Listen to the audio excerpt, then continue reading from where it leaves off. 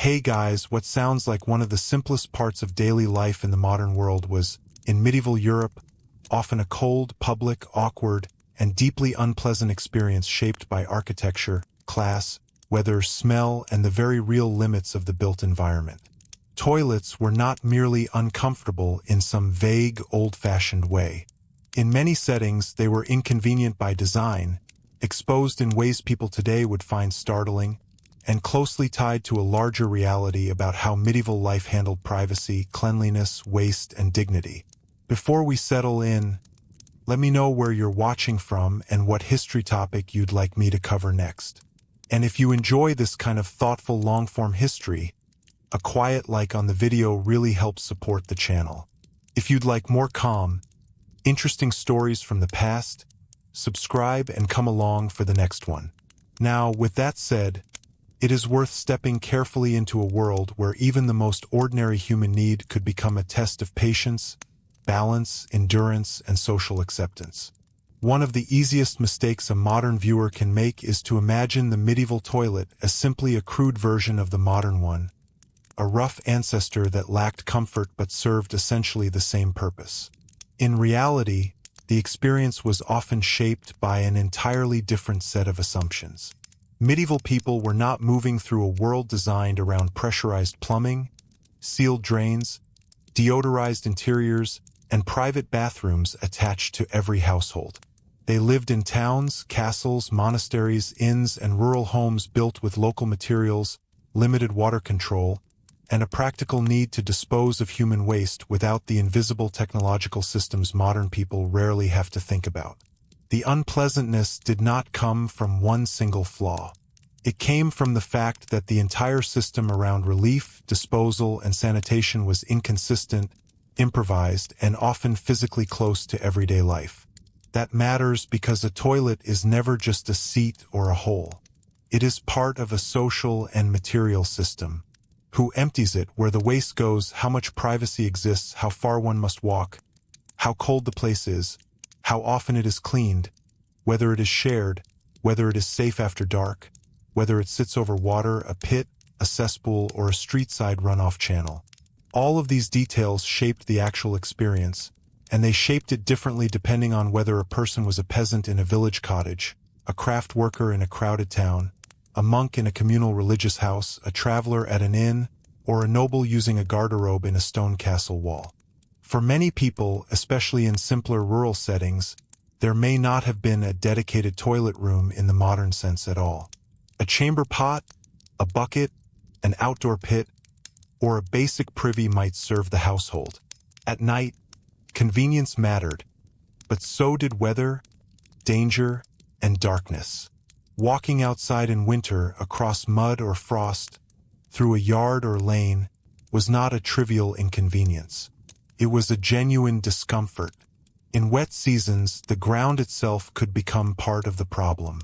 Shoes gathered filth. Paths turned slippery. Wind entered every layer of clothing. What appears in imagination as a quaint rustic arrangement was, in practice, often a matter of choosing between immediate bodily need and the prospect of cold exposure, soaked ground, and miserable footing. In towns, the problem changed shape rather than disappearing. More people lived closer together, and density created a different kind of unpleasantness. Medieval urban life was full of craftsmen, animals, smoke, food waste, industrial smells, and narrow streets. Human waste entered this environment as one more material that had to be managed, tolerated, moved, or ignored. Not every town handled sanitation equally badly, and not every street was permanently foul. But the romantic image of a neat old town with charming timber houses and crisp air does not survive close contact with the realities of waste disposal. Privies might empty into pits, cesspools, drains, or nearby waterways. In some places, shared facilities served multiple residents. That meant waiting, odors, neglect, and the social friction of too many bodies using too little space. Even where a purpose-built latrine existed, its design could be unpleasant in ways a modern person would notice immediately. A wooden seat over a shaft or pit might seem simple enough, But simplicity could mean drafts, splinters, instability, and exposure to smell rising from below. A latrine built into stone architecture, such as a castle garderobe, had one great virtue from the builder's point of view: gravity. Waste could fall downward, sometimes into a pit, sometimes into a moat, sometimes into a chute against an outer wall. But gravity alone did not make the experience pleasant. Quite the opposite. These spaces could be cold, echoing, and windswept. A small stone opening in winter was no minor inconvenience. It was a place where the architecture itself seemed designed to collect chill air and hold it against the body. And then there was privacy, or rather the limited and uneven forms of privacy available. Modern people are accustomed not only to private toilets, but to the expectation of privacy as a basic standard of dignity. Medieval people certainly valued modesty and bodily boundaries, but the environment did not always support them in the same way. In monasteries, for example, communal latrine arrangements could be highly organized and even technically sophisticated by period standards, with running water nearby in some cases. Yet organized did not necessarily mean private. Multiple seats in a row were not unheard of in communal settings. The goal was efficiency, order, and management, not personal isolation. That can sound shocking until one remembers that many aspects of life were lived more collectively than now. Sleeping spaces, work routines, meals, worship, and even hygiene. In castles and elite residences, wealth improved the situation, but only to a point. Nobles did not float above bodily realities. They often had better access to enclosed facilities, servants, and more carefully planned architecture.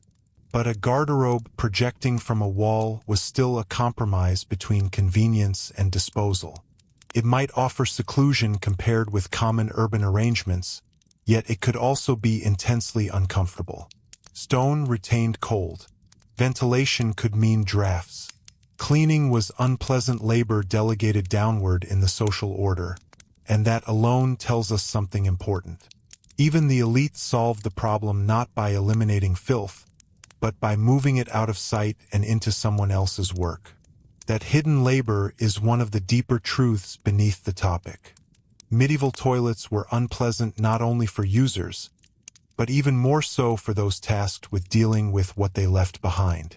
Cesspits had to be emptied, pits had to be maintained, waste had to go somewhere.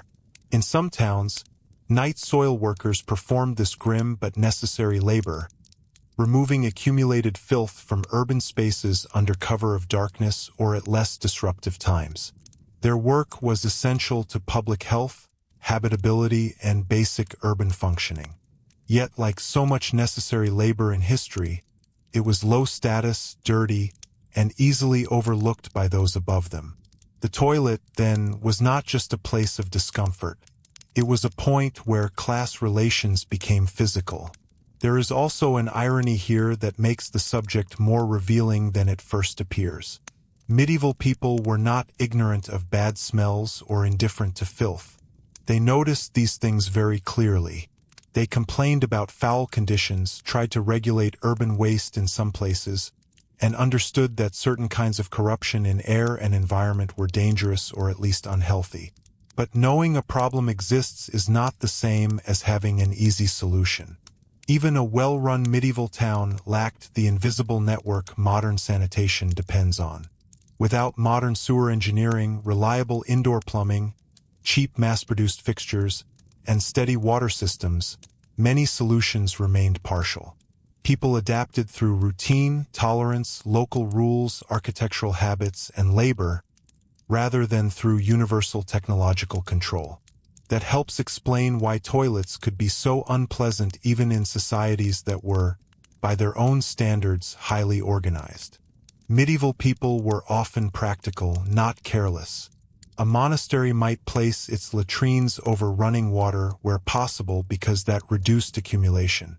A castle might build chutes into its walls because vertical disposal made sense. A town might establish regulations about dumping waste or maintaining pits because the alternative was urban disorder.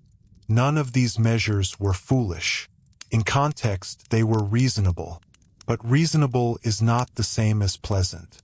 Some of the most interesting history lives precisely in that gap, where a practice made practical sense while still producing a miserable daily experience. The sensory world of the medieval toilet was probably harsher than most people first imagine. Smell is the obvious part, but not the only part. There was the cold of wood or stone, the dimness of weak interior light, the buzzing of insects in warmer months, the risk of foul overflow where maintenance lagged behind use, the sound of shared occupancy nearby, the feeling that the structure itself might be damp, poorly aired, or simply too exposed to be comfortable. For travelers, conditions could be worse because travel stripped away familiarity and control. A person at home knew where to go, what to expect, and how to manage household rhythms. A person at an inn or lodging house entered a shared world of uncertain cleanliness, unknown habits, and limited authority over the surroundings. And yet, for all this, people carried on. That is another point modern viewers sometimes miss. The medieval world was full of discomforts that were not always experienced as dramatic miseries every moment of the day. People adapt to what is normal around them. A cold latrine in a stone building, an outdoor privy in bad weather, or a chamber pot in a crowded domestic space might be unpleasant, but it was also part of the rhythm of life. Medieval people did not spend their days in constant astonishment at their own conditions. They worked around them. They complained, joked, improvised, and endured. The historian's task is not only to note the discomfort, but to understand how ordinary discomfort becomes woven into normal life so tightly that it no longer seems remarkable to those living inside it. That is why the toilet opens onto a larger question about the medieval relationship to privacy and the body. Modern culture often treats bodily functions as intensely private and pushes waste as far from daily perception as possible. Medieval society did not lack shame or modesty, but it operated with a different practical threshold. The body was less hidden from the realities of labor, illness, childbirth, animals, weather, and death. This did not mean medieval people were crude in the simplistic sense often imagined. It meant the boundary between the controlled domestic world and the unavoidable material facts of embodiment was thinner. A toilet was not a sealed porcelain endpoint at the edge of consciousness. It was part of a visible chain linking architecture, labor, smell, class, and environment. The closer we look, the more the topic stops being merely comic. It becomes almost architectural in its seriousness. Where waste went affected where people built, how they organized households, how towns regulated space, how servants worked, how water was used, and how disease risks were understood, even if imperfectly. A castle garderobe was not just a curiosity jutting from a wall. It was evidence of how elite households solved one recurring bodily problem within the constraints of stone defense architecture. A row of monastic latrines was not merely odd to modern eyes. It reflected disciplined communal life shaped by rule, order, and a different threshold of accepted privacy. A backyard pit or urban cesspool was not simply filth. It was infrastructure, however crude, in a world where infrastructure was local, visible, and hard to separate from the rest of life. And once that becomes clear, another quiet reversal appears. Many people assume history becomes more revealing when it focuses on crowns, battles, and famous names. But often the opposite is true. Sometimes the most revealing subject is the least glamorous one, because it forces us to notice the structures that supported every life, high or low. Kings used toilets. Monks used toilets. Craftsmen used toilets. Servants emptied what others left behind. Builders designed around waste. Towns struggled to regulate it. In that sense, the history of the toilet is almost democratic. It reminds us that however unequal the medieval world was, the body remained a universal fact, even if comfort was distributed very unequally. There is also something quietly human in the embarrassment surrounding the subject across time. People have always wanted relief without humiliation, necessity without exposure, and cleanliness without too much contact with the mess required to produce it. Medieval life often made those wishes harder to fulfill. The unpleasantness of the toilet came partly from physical discomfort, but also from the emotional friction of being reminded that necessity is not graceful. A person might have rank, property, piety, or skill, and still have to navigate a freezing stone recess, a shared bench, a dark yard, or a foul-smelling pit. The body had a way of flattening illusions. If there is a lesson already taking shape here, it is that medieval toilets were unpleasant not because medieval people had somehow failed to notice comfort, but because comfort itself depends on systems that took centuries to build. Privacy, warmth, easy cleaning, reliable drainage, and odor control are historical achievements, not timeless defaults. Their absence in the medieval world did not make people foolish. It made them ingenious, resigned, adaptive, and sometimes trapped by material limits that modern viewers scarcely have to think about. And the deeper we move into those limits, the more this stops being only a story about where people sat, and becomes a story about what it meant to live in buildings and towns where waste never stayed far away for long. That closeness to waste shaped medieval space in ways that are easy to miss until one begins to follow the problem room by room, wall by wall, and street by street. A toilet was never only a toilet. It was part of a larger negotiation over where unpleasant things could be placed, how far they could be pushed from sight, and who would be forced to remain nearest to them. Once that comes into view, even the architecture of a medieval building begins to look different. Small projecting chambers, narrow shafts, enclosed corners, drainage channels, service yards, and rear boundaries all start to reveal themselves as part of a practical geography of discomfort. In a castle, for example, the familiar image of thick walls and high towers usually invites thoughts of defense, status, and authority. But those same walls also had to make room for ordinary bodily need. The garderobe, one of the more recognizable castle toilet forms, seems almost ingenious at first glance. A seat was placed over a vertical shaft so that waste could fall down the outer face of the wall or into a collection area below. To modern eyes, this can seem like a straightforward solution, and in some respects it was.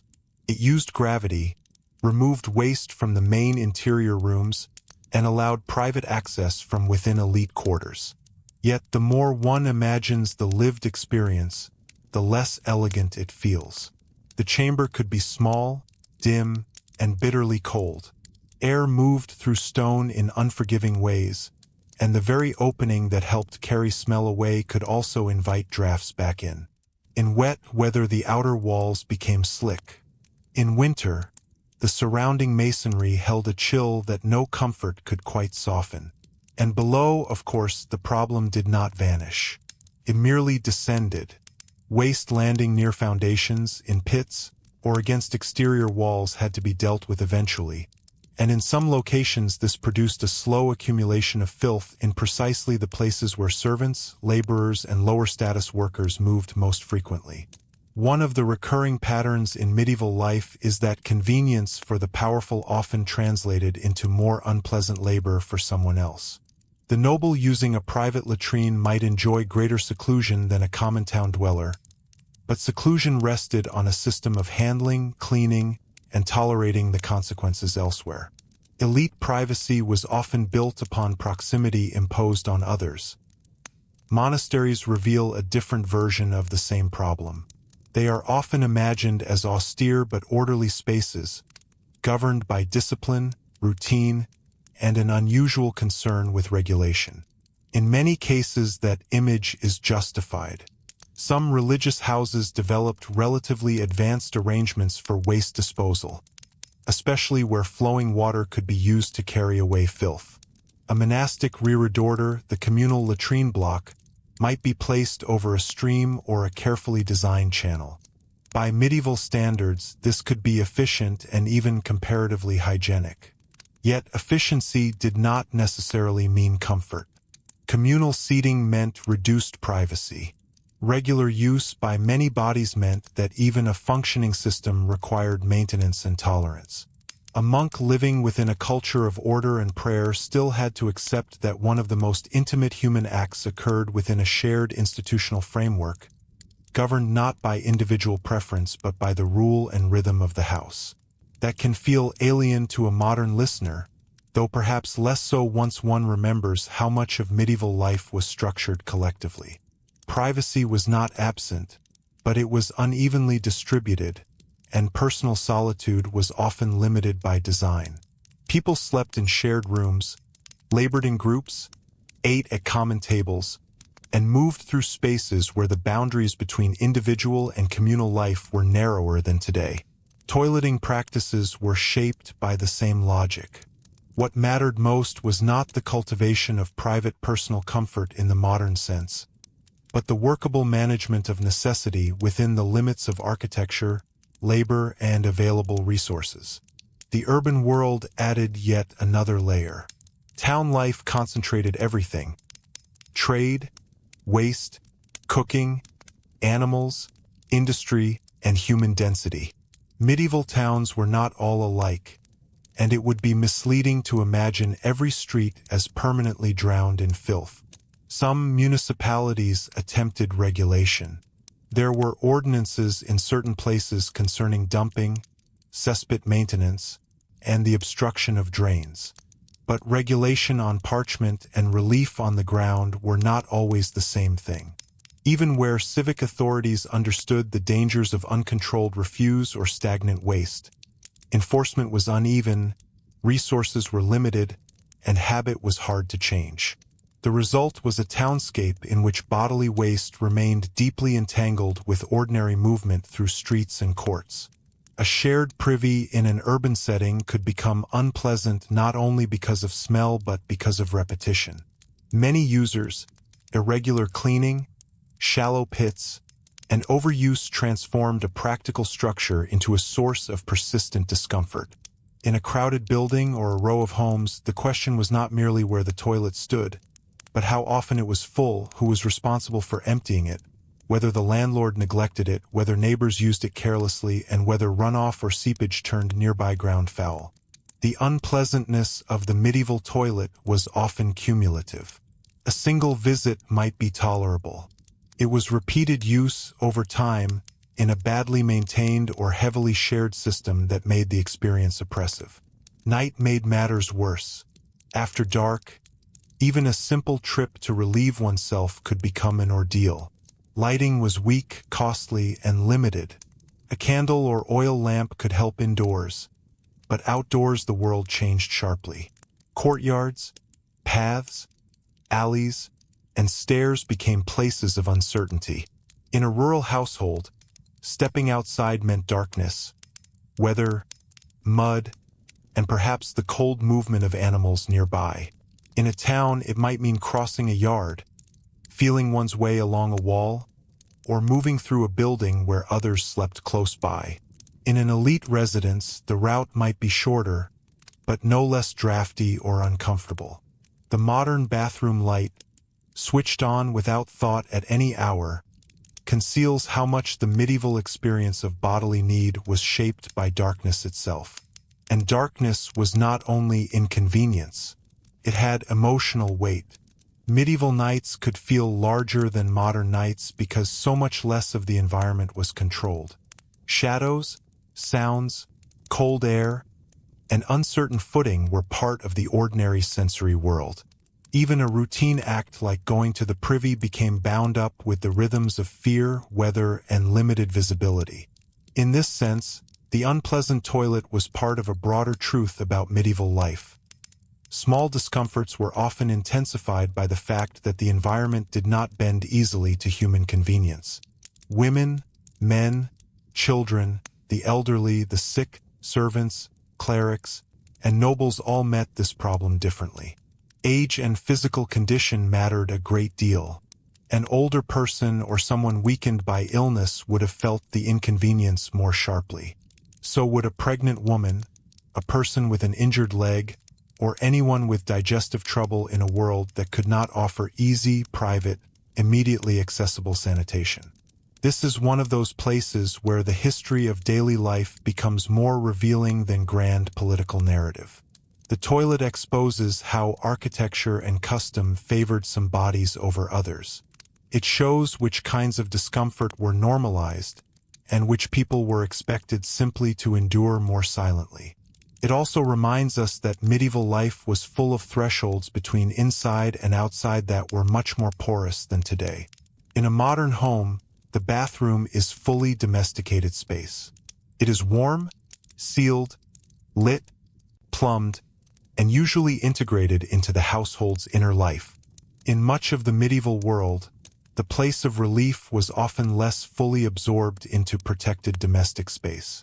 It sat on an edge, a corner, a projection, an outbuilding, a passage, a pit at some remove. Even when attached to a structure, it could feel half outside. The body crossed a threshold to use it, moving from the relative comfort of hearth or chamber toward a colder, rougher zone where the necessities of life were dealt with more bluntly. There is a quiet irony here. Medieval people devoted considerable intelligence to making buildings functional, yet one of the most essential functions remained stubbornly resistant to comfort. Builders could raise vaulted ceilings, defensive towers, cloisters, and halls of impressive durability.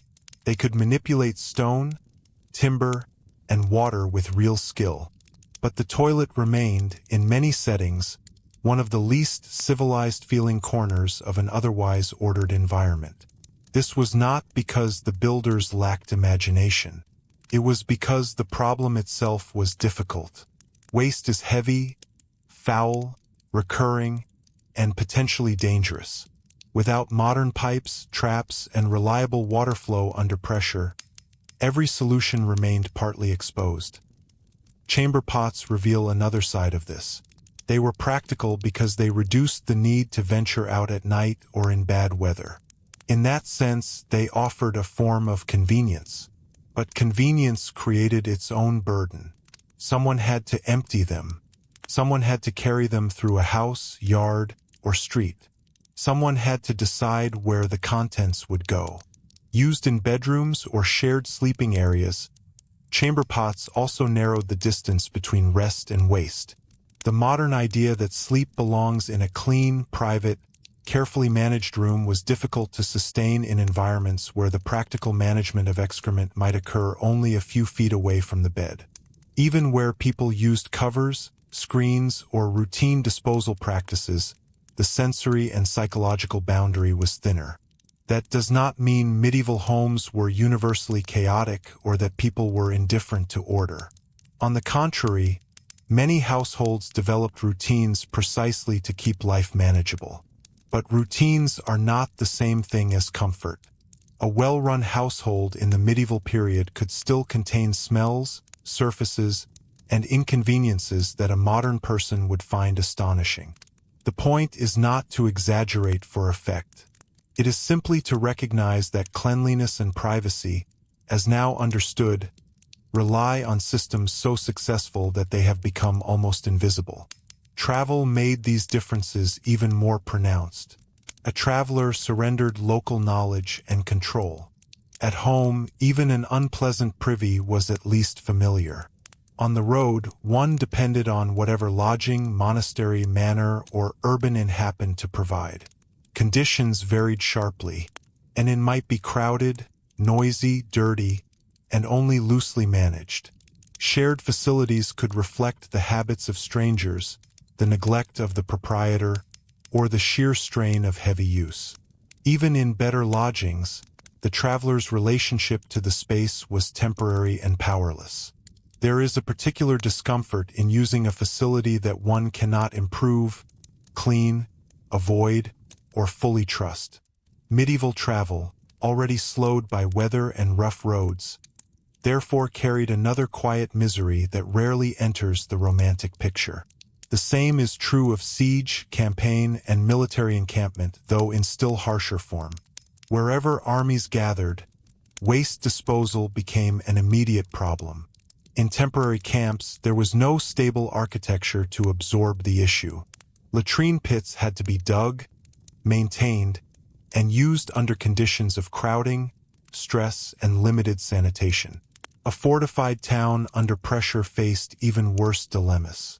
Water sources might be threatened, movement restricted, and ordinary routines disrupted.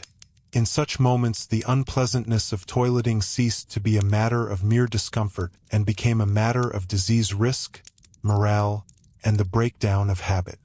The toilet, or the lack of one, could quickly become part of a much larger crisis. And yet the subject remained culturally muted in many kinds of formal writing, precisely because it was so ordinary and embarrassing. Chronicles celebrated battles, reigns, miracles, disputes, and ceremonies.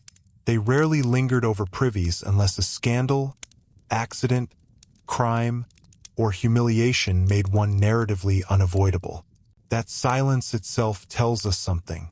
The toilet was central to life but marginal to prestige. It belonged to the realm of the necessary yet unglorious. This is why archaeology and architectural study matter so much here. They recover what formal narrative often ignored. A shaft in a wall, residues in a pit, the placement of drains, the wear of seating, the layout of service areas, these tell a different kind of truth, one not about ideals but about use. And sometimes that truth can be unexpectedly intimate. A damaged cesspit or rebuilt latrine block suggests failure, adaptation, and repetition. A poorly placed drain hints at a solution that worked badly in practice. A carefully positioned communal latrine over water suggests collective planning. These are not grand monuments, and yet they may speak more directly about lived reality than many noble inscriptions. They show bodies moving through buildings. They show planners trying to manage the unavoidable. They show that medieval life, for all its religious symbolism and social hierarchy, still had to answer the same stubborn daily questions that govern every human society. There is also a social etiquette hidden in all this, one that rarely survives in neat written rules. How long could one occupy a shared latrine before others became annoyed? How did households manage embarrassment in small dwellings? What happened when children used a chamber pot in crowded domestic space? How were accidents treated? How did servants preserve a semblance of decorum while cleaning what no one wished to discuss openly? Much of this belongs to the realm of inference rather than complete certainty, but inference grounded in space and routine can still be powerful.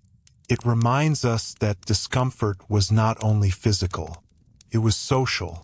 Toilets were places where rank, shame, patience, dependence, and human tolerance met in a confined space. That social pressure was likely strongest where privacy was weakest. In institutions and crowded homes, a person had fewer chances to shield bodily need from the gaze or knowledge of others. This does not mean medieval people were perpetually embarrassed in the modern sense. Cultural thresholds differ. But it does mean that many of the quiet protections modern people take for granted, sound insulation, locks, multiple bathrooms, private and soot rooms, sealed plumbing, simply did not exist. Dignity had to be protected by custom, timing, shared tolerance, and resignation rather than by architecture alone. And once one begins to see toilets through that lens, they stop looking like minor comic details from the past and start looking like one of the clearest windows into the medieval balance between practicality and discomfort. They reveal a society capable of impressive organization, yet constrained by material limits that made even good solutions feel rough at the edges. They reveal that class could buy some seclusion but not full escape. They reveal that institutions could impose order, but not transform necessity into ease. They reveal that the body, however disciplined by religion or rank, still returned every person to the same recurring need. Which is why the next step in the story is not only to ask where waste went, but what happened when these systems failed, overflowed, or pressed too closely against the rest of daily life, because that is where the medieval toilet becomes not just unpleasant, but part of a wider struggle over health, smell, labor, and the boundaries of what a town or household could realistically endure. When systems failed, the problem did not remain contained. It spread slowly, then suddenly into spaces that had never been intended to hold it. A neglected cesspit might begin as a manageable inconvenience, something tolerated for a few days longer than it should be. But over time, as waste accumulated and the ground beneath softened or shifted, the pit could leak, seep, or overflow. What had once been neatly confined to a single corner could begin to creep into adjacent areas, dampening walls, contaminating nearby soil, and sending persistent odors through living spaces that could not be fully sealed. This is one of the key differences between medieval sanitation and modern systems. Modern plumbing is designed, at least in principle, to fail discreetly. When something goes wrong, it is often hidden behind walls or beneath floors until it becomes severe. In the medieval world, failure was rarely hidden for long. It announced itself through smell, through visible dampness, through the slow discoloration of surfaces, through the uneasy awareness that something was no longer being properly contained. The toilet, in this sense, was not just a place of discomfort when used, but a potential source of ongoing intrusion into daily life when neglected. In towns, this could create a layered environment where different forms of waste overlapped. A household pit might sit too close to a well. A drain might clog and spill into a street channel.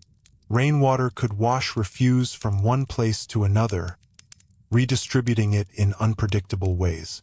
The problem was not always constant or universal, but it was recurring enough to shape how people thought about space. Certain areas became known for unpleasant smells. Certain corners were avoided when possible. Certain times of day, especially in warmer weather, brought sharper discomfort. And yet, despite this, medieval people did not simply accept disorder without response. There were attempts, sometimes quite deliberate ones, to regulate and manage the problem. Town authorities in various regions issued rules about the maintenance of latrines and cesspits, about dumping waste into public ways, about keeping drains clear. These regulations suggest not indifference, but awareness. People understood that unmanaged waste created difficulties that went beyond mere annoyance. It affected trade, reputation, comfort, and, in ways they did not always fully conceptualize, health. But regulation met resistance in the reality of daily life. Cleaning a pit was expensive and unpleasant. Hiring someone to do it required money and organization. For poorer households, delay was often the easiest option, even if it made conditions worse over time. For landlords, especially in more crowded urban settings, neglect could persist if tenants had little power to demand better conditions. And for those tasked with enforcement, there were limits to what could be monitored and corrected across an entire town. The result was a cycle of partial control. Rules existed, were sometimes followed, sometimes ignored, and always depended on local circumstance. One of the most revealing aspects of this cycle is how it redistributed unpleasantness across social lines. When a system failed, the immediate impact was rarely shared equally. Those living closest to the source, often servants, laborers, or poorer tenants, experienced the worst of it first. Upper floors might remain relatively unaffected for longer periods, especially in larger buildings. Elite residents could distance themselves physically from the most problematic areas, even if they could not escape them entirely. This uneven exposure meant that the discomfort of the toilet, and of waste more broadly, was not only a universal experience but also a stratified one. The labor required to restore order was equally stratified. When a cesspit needed emptying, when a latrine block required cleaning, when accumulated waste had to be removed from a confined space, the task fell to individuals whose work was both essential and socially marginalized. Night soil collectors, as they are sometimes described in later terminology, performed the quiet, difficult work of carrying waste away from urban environments. Their labor took place at the edge of visibility, often at night or during less crowded hours, and it required a tolerance for conditions that others preferred not to acknowledge directly. There is a certain quiet discipline in that labor, one that does not often appear in grand historical narratives. It required physical strength, careful handling, and an understanding of where waste could be placed without causing immediate harm. It also required endurance not only of smell and contact, but of social perception. To work so closely with what others rejected was to occupy a low position in the social order, even while performing a task that made ordinary life possible. The unpleasantness of the medieval toilet, then, extended outward into a network of human effort that sustained the system despite its limitations. Failure could also reveal the fragility of boundaries between domestic and public space. A poorly maintained privy might affect not only the household that used it, but neighboring households as well. In tightly packed urban areas, where walls were shared and space was limited, the consequences of one person's neglect could become another person's problem. This created a form of quiet tension, a background awareness that one's comfort depended partly on the habits of others. It is not difficult to imagine disputes arising from such situations, even if they are not always recorded in detail. The management of waste, like the management of noise or property boundaries, became part of the unspoken negotiation of living close together. Weather played a decisive role in all of this. In dry conditions, smells might linger but remain relatively contained. In wet conditions, everything changed. Rain could turn solid ground into a shifting mixture of mud and runoff, could carry waste from pits into open areas. It could saturate surfaces, making cleaning more difficult and creating new areas of contamination. Seasonal variation meant that the experience of using and maintaining toilets was not constant throughout the year. What was tolerable in one season could become distinctly unpleasant in another. Winter introduced its own complications. Cold temperatures might slow decomposition and reduce some smells, but they brought other forms of discomfort. Frozen ground made digging or maintenance difficult. Water used for cleaning could become scarce or harder to manage. And the physical experience of using a latrine in cold conditions, especially one built of stone or exposed to outdoor air, could be deeply uncomfortable. The body, already under strain from cold weather, was required to engage with a space that offered little protection from it. There is also a subtle psychological dimension to failure that is easy to overlook. When a system works, even imperfectly, it fades into the background of daily life. When it begins to fail, it draws attention in ways that are difficult to ignore. Smell becomes persistent. Awareness sharpens. The act of using the toilet is no longer a brief interruption but part of a broader discomfort that lingers before and after. In this way, the failure of sanitation systems did not simply add inconvenience. It altered the texture of everyday experience, making certain aspects of life more intrusive and harder to forget. And yet, even in the face of these recurring difficulties, medieval societies continued to adapt rather than collapse into disorder. This adaptability is one of the quieter strengths of the period. Solutions were improvised, adjusted, and maintained as best they could be. A pit might be relocated. A drain might be cleared or extended. A building might be altered to improve airflow or separation.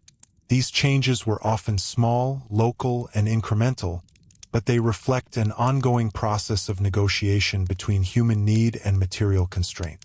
It is also worth noticing that not all systems failed equally. Some arrangements, particularly those that made use of flowing water, could function more effectively over longer periods.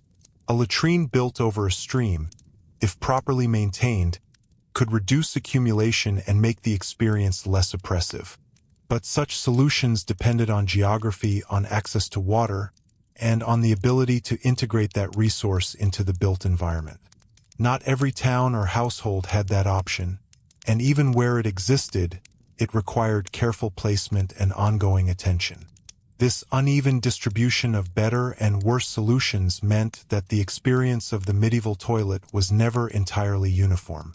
It varied by region, by wealth, by building type, and by local practice. A well-managed monastery might offer conditions that were, by contemporary standards, relatively tolerable. A neglected urban dwelling might present a far harsher reality. Between these extremes lay a wide spectrum of experiences, each shaped by the same underlying constraints but expressed in different ways. And within that spectrum, moments of acute failure, overflow, blockage, contamination, served as reminders that the system was always under pressure. It worked not because it was perfect, but because people continually adjusted to its imperfections. The unpleasantness was not an occasional accident. It was built into the structure of the system itself, held in check by routine, labor, and tolerance rather than eliminated entirely. Which leads naturally to another layer of the story, one that sits just beneath the surface of daily practice. How people understood the risks associated with these conditions, and how their ideas about health, air, and the body shaped the way they responded to the ever-present possibility that the very systems designed to manage waste could also become sources of unseen danger. To understand that response, it helps to step into a way of thinking that feels distant at first, but was, in its own context, entirely logical. Medieval people did not possess modern germ theory, but they were not blind to patterns. They noticed that certain places smelled worse than others, that certain conditions seemed to accompany illness, and that decay, whether in food, animals, or waste, carried a kind of invisible threat. From this emerged a framework often described as the idea of bad air, or miasma, in which foul smells were believed to carry sickness into the body. Within that framework, the toilet was not only unpleasant, but potentially dangerous in a more direct sense. A badly maintained privy was not just inconvenient or embarrassing. It was a source of corrupted air that might drift into living spaces, linger in enclosed areas, and affect those who breathed it. This belief did not always lead to effective solutions by modern standards, but it did shape behavior. Ventilation, distance, and placement mattered, not only for comfort, but for perceived safety. This helps explain why certain latrines were built where they were. A garderobe projecting from a castle wall did not only use gravity, it also placed waste outside the main body of the building, allowing air to move more freely and, in theory, to carry away harmful influences. A monastic latrine over running water did not only remove waste physically, it also reduced the stagnation that was thought to produce dangerous vapors. Even simple practices, such as keeping a privy at some remove from the main living space, reflected an awareness, imperfect but persistent, that proximity to waste was something to be managed carefully. At the same time, this understanding had limits. If bad air was the problem, then smell became the primary signal of danger. But smell is not always a reliable guide. A pit might smell strongly and yet pose less immediate risk than a contaminated water source that appeared clean. This mismatch meant that some efforts to protect health focused more on managing odor than addressing deeper issues. Fragrant herbs, incense, or attempts to improve airflow might make a space feel safer without fundamentally altering the underlying conditions. And yet, even within those limits, there was a kind of practical wisdom at work. People did not need to understand microorganisms to recognize that stagnant, enclosed, foul-smelling spaces were unpleasant and, quite possibly, harmful. The instinct to separate, to ventilate, to move waste away from living areas was not misguided. It was simply constrained by the tools and knowledge available. The unpleasantness of the medieval toilet, therefore, cannot be separated from a broader effort, sometimes successful, sometimes not, to create a livable environment in the presence of unavoidable material realities. This also shaped attitudes toward water, which played a complicated role in the entire system. Water could cleanse, carry away, and dilute waste, but it could also spread it. A stream used to flush a latrine might flow downstream toward another part of a settlement. A well placed too close to a cesspit could become contaminated without obvious signs. Medieval people were aware that water quality mattered, but controlling it consistently was difficult. The same resource that made certain sanitation solutions possible could, under different conditions, become part of the problem. In urban environments, this complexity became particularly visible. A town might rely on a network of wells, cisterns, and nearby waterways, each with its own vulnerabilities. If waste seeped into the ground, it might eventually reach water sources. If drains carried refuse through streets, they might intersect with areas where people lived, worked, or gathered. The boundaries between clean and unclean were not always clearly defined, and maintaining them required constant attention. The toilet, once again, sat at the center of this balancing act, a small but persistent reminder that managing waste was never fully separate from managing health. There is a quiet tension here between what people believed and what they experienced. On one hand, the idea of miasma encouraged certain protective behaviors, keeping spaces aired, avoiding obvious sources of foul smell, placing latrines at a distance. On the other hand, daily life often forced people into close contact with precisely those conditions. A servant cleaning a cesspit could not avoid the air rising from it. A resident of a crowded town could not always choose to live far from shared facilities. The theory suggested caution. The reality demanded endurance. And endurance was not evenly distributed. Those with more resources could create buffers, larger homes, better placement of facilities, more frequent cleaning, access to servants who handled the worst tasks. Those with fewer resources often lived closer to the point where theory and reality collided. The unpleasantness of the toilet, in this sense, became part of a larger pattern in which health risks were experienced differently across social lines. Not because one group cared less about cleanliness or safety, but because they had fewer means to act on that concern. Even so, it would be a mistake to imagine medieval people as passively accepting whatever conditions surrounded them. There were ongoing efforts, both formal and informal, to improve matters. In some towns, repeated regulations about waste disposal suggest that authorities recognized persistent problems and attempted to address them over time. In some religious institutions, the careful design of latrine systems indicates a sustained interest in order and cleanliness. In some households, routines of cleaning, airing, and disposal reflect a desire to keep unpleasantness within manageable limits. These efforts did not eliminate discomfort, but they did shape its boundaries. A well-maintained latrine, even if still cold, drafty, and lacking privacy, was very different from a neglected one. A properly emptied cesspit reduced the risk of overflow. A thoughtfully placed facility could limit the spread of smell into living areas. The difference between tolerable and intolerable conditions often came down to maintenance, attention, and the willingness or ability to invest labor into the system. Maintenance, however, was always temporary. Waste accumulated again. Weather changed. Materials wore down. What had been cleaned became dirty. What had been emptied filled once more. The system required constant renewal, and that requirement ensured that the unpleasantness never fully disappeared. Could be managed, delayed, mitigated, but not removed. In this sense, the medieval toilet was not a problem that could be solved once and for all. It was a problem that had to be lived with continuously.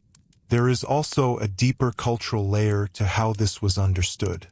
Medieval thought often linked the state of the body to the balance of internal elements, to diet, to environment, and to broader moral or spiritual conditions. While these ideas did not map directly onto modern scientific frameworks, they reinforced the sense that surroundings mattered. Air, water, food, and bodily processes were interconnected. A foul environment was not only physically unpleasant, it could be seen as part of a larger imbalance. This gave additional weight to efforts, however imperfect, to maintain cleaner spaces. At the same time, the persistence of unpleasant conditions reveals the limits of that framework. Understanding that balance was important did not provide the means to enforce it consistently. People could aspire to better conditions while still living within systems that made those conditions difficult to achieve. The toilet, again, becomes a kind of focal point for this tension, a place where knowledge, belief, and material reality intersect in ways that are not always easily resolved. One of the more subtle consequences of this intersection is how it shaped the experience of illness itself. In a world where waste, smell, and close living conditions were part of everyday life, distinguishing between normal discomfort and early signs of sickness could be challenging. A bad smell might be routine, or it might signal something more serious. A damp, poorly aired space might be ordinary, or it might contribute to worsening health. The boundaries between the expected and the dangerous were not always clear, and that uncertainty added another layer to the already complex relationship between sanitation and well-being. And yet, even with that uncertainty, people continued to observe, to adjust, and to pass down practices that seemed to work. Advice about where to place a privy, how often to empty a pit, how to manage airflow, how to avoid certain conditions, these circulated through communities, sometimes in written form, often through habit and instruction. The medieval world was not static in its approach to these problems. It was engaged in an ongoing process of learning within constraint. What emerges from this is not a picture of ignorance, but a picture of partial understanding applied as effectively as possible within a difficult environment. The unpleasantness of the toilet was not simply endured without thought. It was recognized, interpreted, and addressed in ways that made sense at the time, even if they fall short of modern expectations.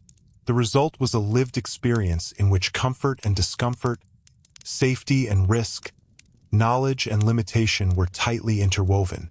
And as these ideas about air, water, and the body circulated through towns, monasteries, and households, they began to influence not only how toilets were used and maintained, but how entire spaces were organized, how rooms were positioned, how openings were designed, how distance was managed, gradually shaping a built environment that reflected both the realities of waste and the ongoing effort to keep its effects just far enough away to remain bearable.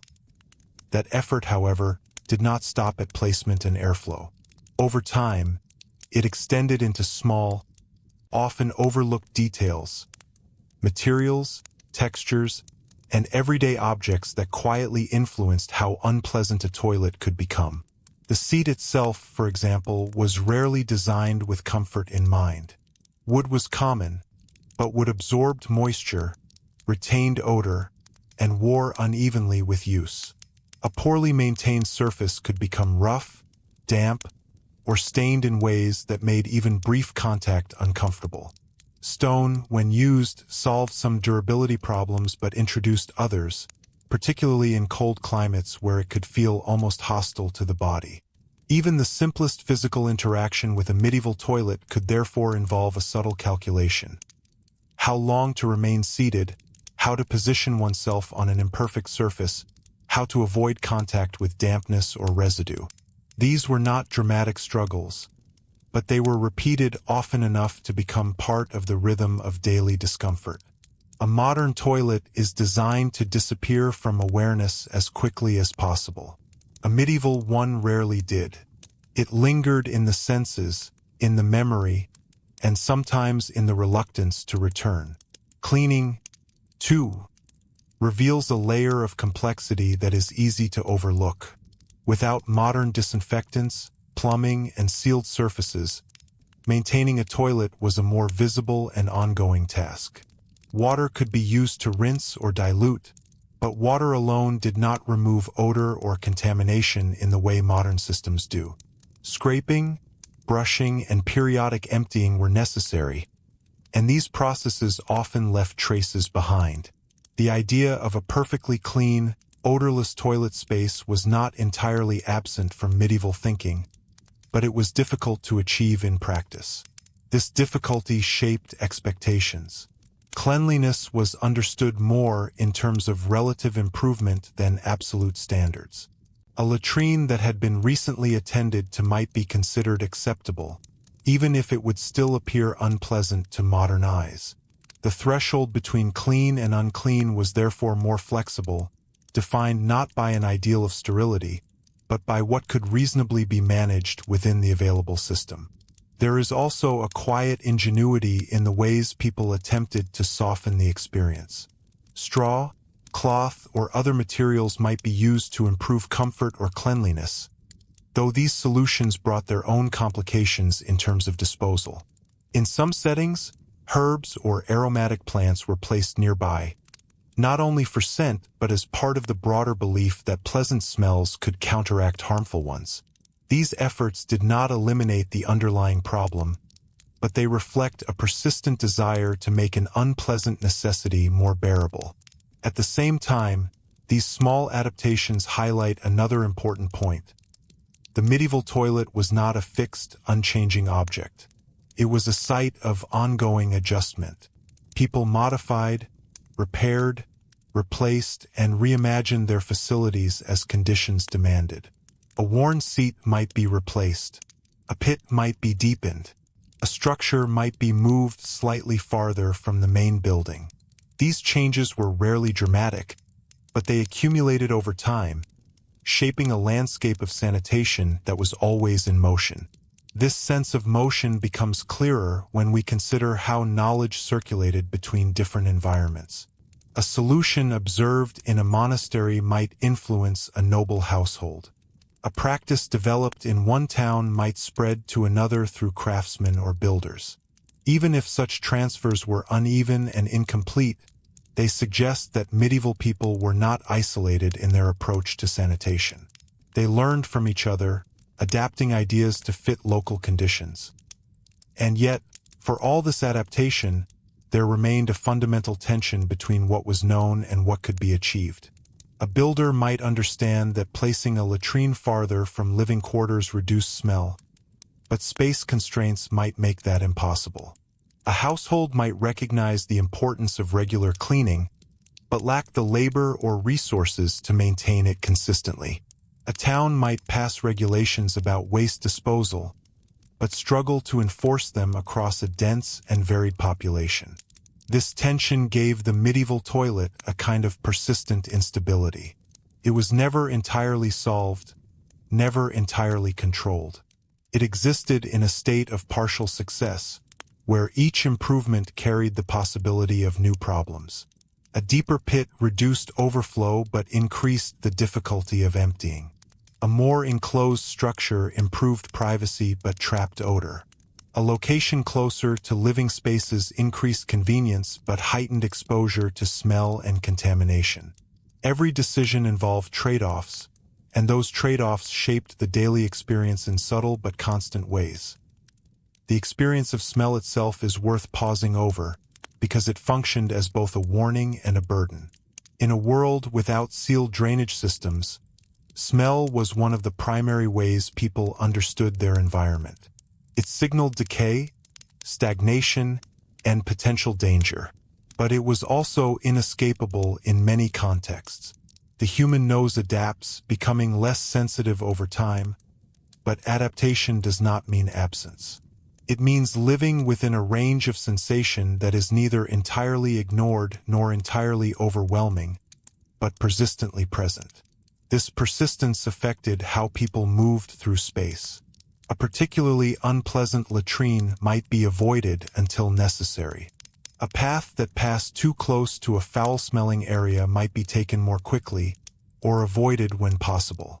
Even within a building, certain corners or passages might carry a reputation for discomfort. These small patterns of movement, repeated across many individuals, shaped the lived geography of medieval spaces in ways that are not always visible in plans or descriptions.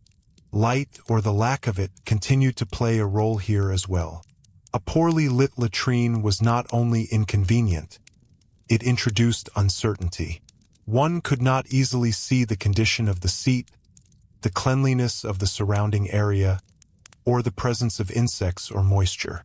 This uncertainty added a layer of hesitation to each use. In daylight, some of these concerns could be assessed more easily. At night, they had to be managed through memory, touch, and caution.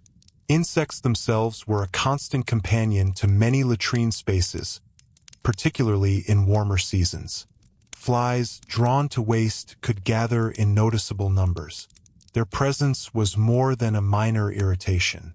It reinforced the sense that the toilet was a place where the boundaries between human and non-human activity were thinner. The same environment that supported human need also supported other forms of life, and this overlap contributed to the overall unpleasantness. And still, within all of this, there remained a certain normalization. People learned which facilities were tolerable and which were not. They developed habits about timing, choosing moments when a shared space might be less crowded or more recently cleaned. They passed along informal knowledge, quiet advice about which places to use, which to avoid, and how to manage the experience with minimal discomfort. These patterns did not remove the unpleasantness, but they structured it, making it more predictable. Predictability, in many ways, was the closest thing to comfort that the medieval toilet could offer. If a person knew what to expect, they could prepare themselves mentally and physically. They could minimize surprise, even if they could not eliminate discomfort. In a world where so many aspects of life were shaped by variability, weather, harvests, travel conditions, health, the ability to anticipate even a small part of the daily routine carried its own quiet value. But predictability could break down. A pit might suddenly fill faster than expected. A structure might become unusable due to damage or neglect. A shared facility might be overwhelmed by an influx of people, such as during a market day or a religious gathering. These moments disrupted routine and forced people to adapt quickly, sometimes under less than ideal conditions. The unpleasantness, in those moments, became more immediate and less manageable. There is a kind of rhythm to all of this, one that moves between control and loss of control, between routine and disruption. The medieval toilet sits at the center of that rhythm, a small but persistent point where human need meets the limits of environment and technology. It is neither entirely chaotic nor entirely ordered, but something in between, a system that works well enough most of the time, and poorly enough often enough to shape memory and expectation.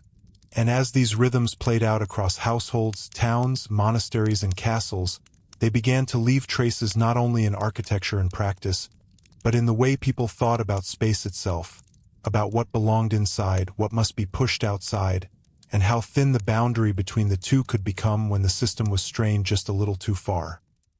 That thin boundary was not only physical but conceptual. Medieval people did not divide the world into neatly sealed categories of clean and unclean in the same rigid way modern systems encourage. Instead, they lived within gradients, spaces that were more or less acceptable, more or less tolerable, more or less risky depending on circumstance. The toilet existed within that gradient, sometimes pushed just far enough away to feel manageable, sometimes slipping back toward the center of daily life when conditions shifted. This shifting boundary becomes especially visible inside the home. It is easy to imagine a medieval house as a set of distinct rooms with clear purposes, but in practice, space was often more fluid. Rooms served multiple functions, and the separation between them was not always complete. A chamber pot used at night might remain in the same space where people slept, spoke, and rested. Even if it was emptied regularly, its presence blurred the line between private comfort and necessary discomfort. The home was not a sealed environment. It was a lived-in space where different aspects of life overlapped more directly. In wealthier households, efforts were made to impose clearer divisions. Screens, separate chambers, or designated service areas could create a degree of separation between living space and waste management. But even here, the separation was partial. Servants moved between these areas, carrying objects, cleaning surfaces, maintaining routines. The movement of people ensured that no space was entirely isolated. The unpleasantness of the toilet might be reduced, but it was rarely eliminated. This movement also highlights something quietly important about hierarchy. The more a household attempted to distance itself from discomfort, the more it relied on others to absorb that discomfort. A noble might never need to empty a chamber pot or clean a latrine, but someone else did. That labor brought the unpleasant aspects of sanitation back into the structure of the household, even if it remained largely invisible to those at the top. The boundary between clean and unclean, then, was not only spatial, it was social. In smaller homes, where space and labor were limited, this boundary could become even more fragile. A single room might contain sleeping areas, cooking spaces, storage, and the tools needed to manage waste. In such environments, separation depended less on architecture and more on routine. When something was used, when it was removed, how quickly it was dealt with. The unpleasantness of the toilet was therefore not confined to a single location. It was distributed through time, appearing and disappearing as part of the daily cycle. Time itself becomes an important factor here. The medieval day was structured around natural light, work rhythms, and communal patterns, and these rhythms influenced when and how toilets were used. Early morning and late evening carried different conditions. In daylight, visibility improved, making certain tasks easier to manage. At night, the same tasks became more uncertain.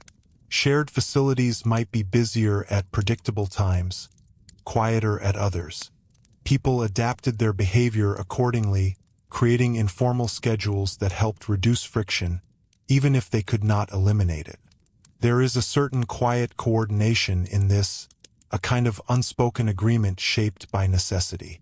In a shared environment, individuals learn to anticipate one another's needs, to avoid unnecessary conflict, to make use of facilities at times that cause the least disruption. These patterns were rarely written down, but they were learned and reinforced through repetition. The toilet, again, becomes a place where social behavior is quietly structured by practical limits. And yet, even with this coordination, moments of awkwardness and tension were inevitable. A shared latrine could become crowded. A person might arrive to find it already occupied, or in a state that made it difficult to use comfortably. In such moments, the absence of strict privacy became more noticeable.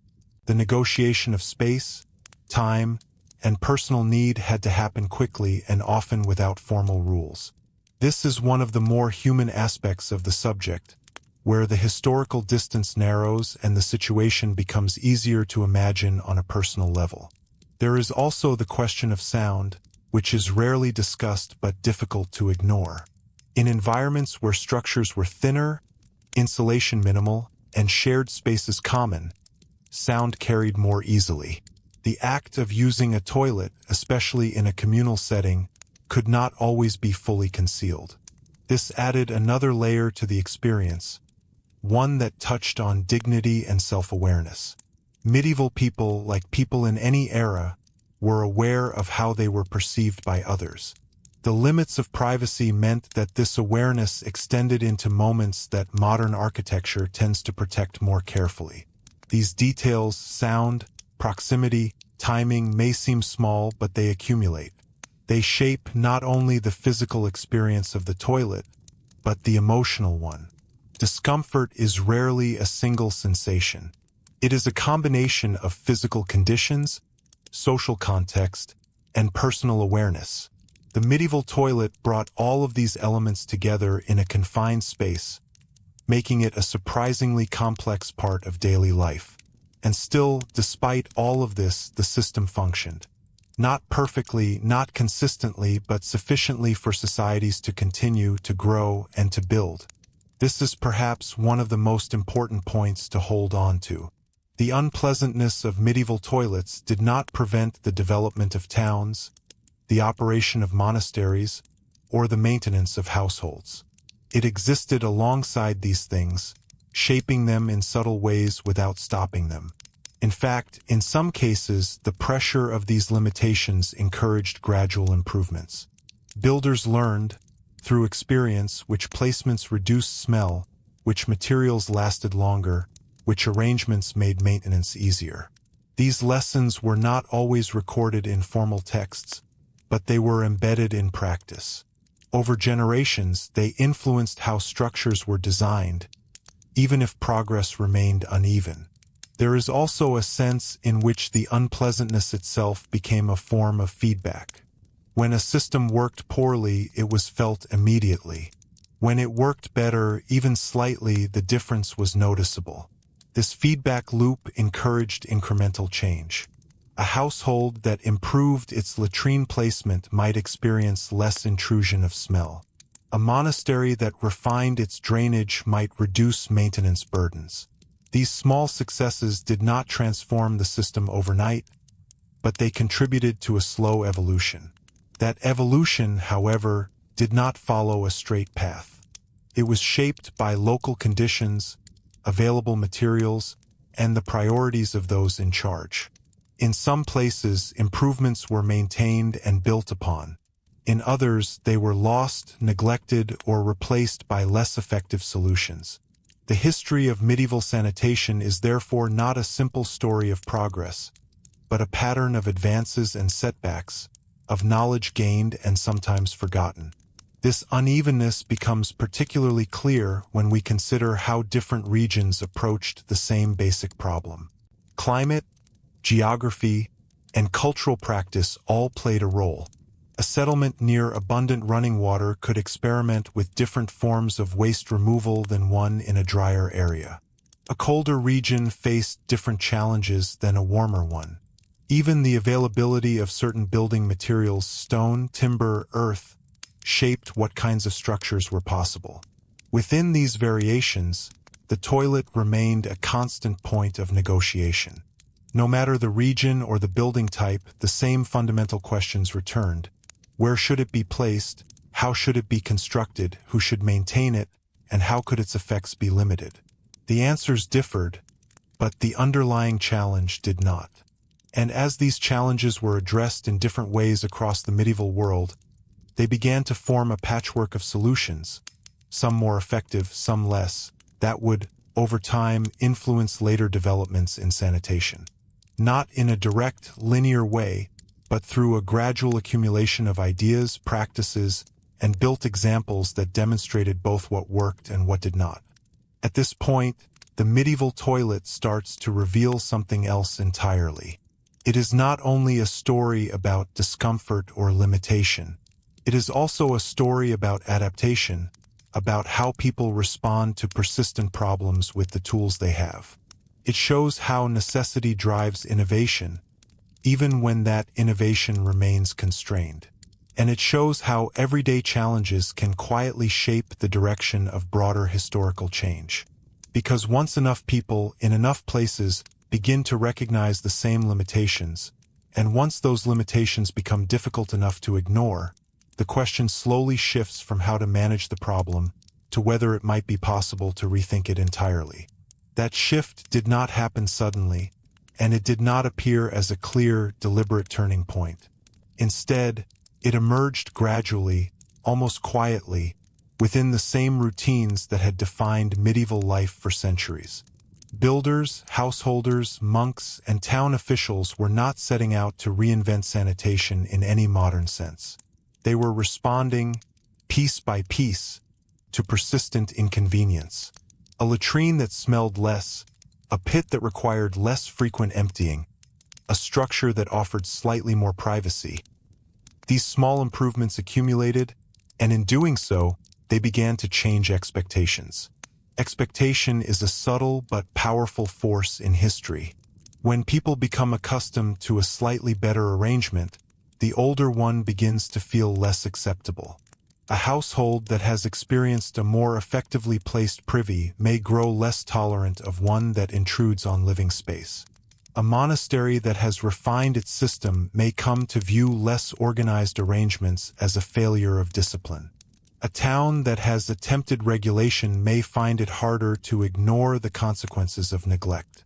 These shifts do not transform conditions overnight, but they alter the standard by which those conditions are judged.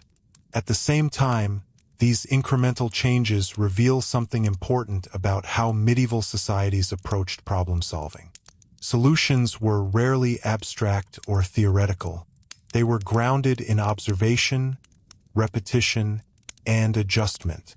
If a certain design reduced odor, it was noted. If a particular arrangement made cleaning easier, it was repeated. Knowledge moved through practice rather than formal systems of dissemination.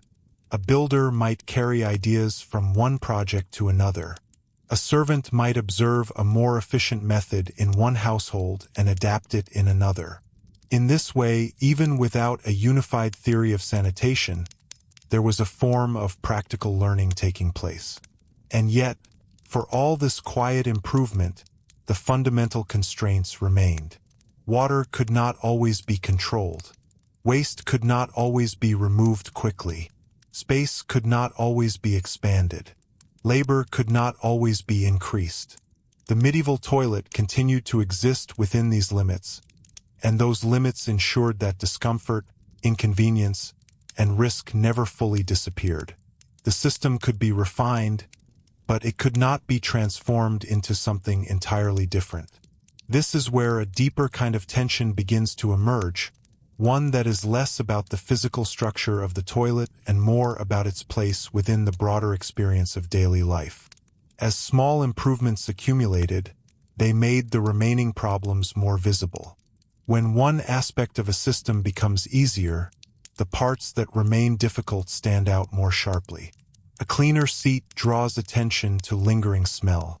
A better-placed latrine highlights the inconvenience of distance. A more organized routine exposes the moments when that routine breaks down. In this way, progress did not simply reduce unpleasantness. It changed the way unpleasantness was perceived. What had once been accepted as normal began, slowly, to feel like something that could be improved further. This shift in perception is subtle, but it matters.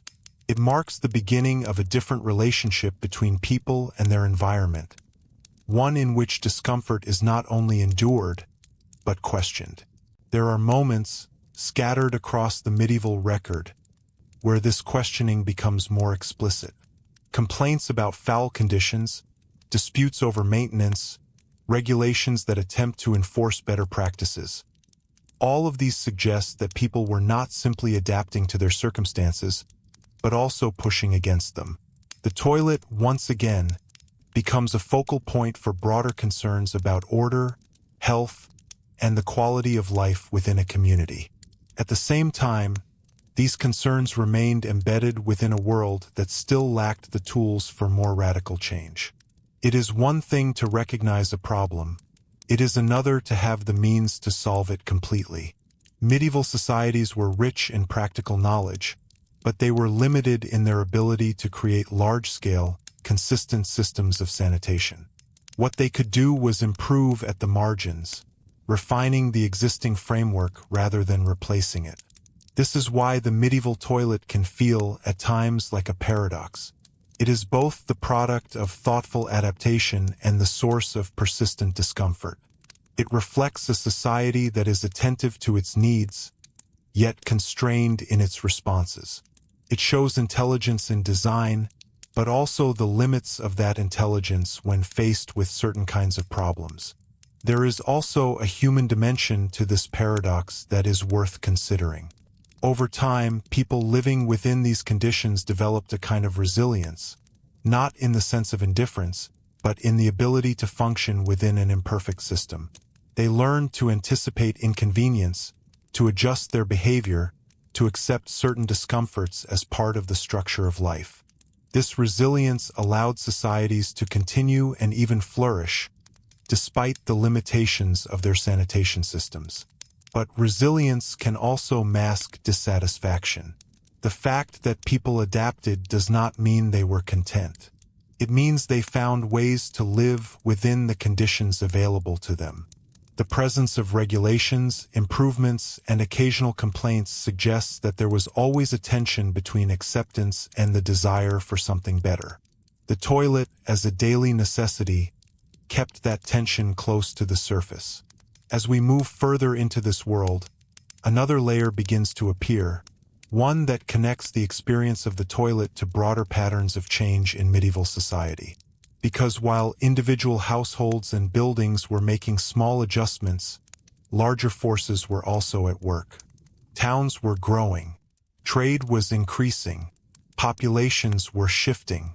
These changes placed new pressures on existing systems, including those that managed waste at a growing town, for example, brought more people into closer proximity. Facilities that had once been sufficient for a smaller population could become strained. Shared latrines might see heavier use. Cesspits might fill more quickly. Regulations might need to be revised or enforced more strictly. The unpleasantness of the toilet, already present, could intensify under these conditions, making its limitations more difficult to ignore. At the same time, increased interaction between regions meant that ideas, practices, and expectations could travel more easily. A solution developed in one place might be observed and adapted in another. A traveler might notice differences in how facilities were arranged or maintained. These observations, even if informal, contributed to a gradual exchange of knowledge that shaped how people thought about sanitation. And yet, despite these emerging connections, change remained uneven. Some areas improved more quickly than others. Some institutions maintained higher standards than their surroundings. The medieval world was not moving in a single, unified direction, but in many small, overlapping ones. The toilet, again, sits at the intersection of these movements, reflecting both continuity and change. There is a quiet moment in all of this where the focus begins to shift from individual experience to collective impact. When waste management fails in a single household, the consequences are limited. When it fails across a growing town, the effects become more widespread. Smell, contamination, and discomfort extend beyond individual spaces and begin to shape the character of entire neighborhoods. At that scale, the problem is no longer private. It becomes part of the shared environment. This shared environment, in turn, influences how people think about responsibility. Who is responsible for maintaining a latrine? Who is responsible for emptying a pit? Who is responsible for ensuring that waste does not affect others? These questions do not always have clear answers, and the lack of clarity can lead to tension. The unpleasantness of the toilet, therefore, is not only a physical experience, but a social one, tied to questions of obligation, authority, and cooperation. As these questions become more pressing, they begin to push against the limits of existing arrangements. Small-scale solutions, effective within a household or a single building, may no longer be sufficient for larger communities. The need for coordination becomes more apparent, even if the means to achieve it remain limited. This is where the story begins to open outward, connecting the intimate experience of the toilet to broader developments in urban organization and governance. And it is in that widening frame that we begin to see the next stage of the story taking shape, not as a sudden transformation, but as a gradual rethinking of how entire communities might begin to manage the problem together, rather than leaving it to the shifting balance of individual adaptation and tolerance. And once the problem began to be understood at that shared level, something subtle but important started to change. Waste was no longer only a private inconvenience or a household burden. It became, slowly and unevenly, a matter of collective consequence. The smell that drifted from one poorly maintained pit did not stop neatly at a property line. The seepage from one structure could affect the ground beneath another. The habits of one household could shape the experience of an entire lane or courtyard. In that sense, the medieval toilet began to press itself into the awareness of the community, not just the individual. This did not immediately produce coordinated, large-scale solutions in the modern sense. Medieval towns did not suddenly construct hidden networks of pipes or universal drainage systems, but it did create pressure, social, practical, and sometimes legal, for more consistent behavior.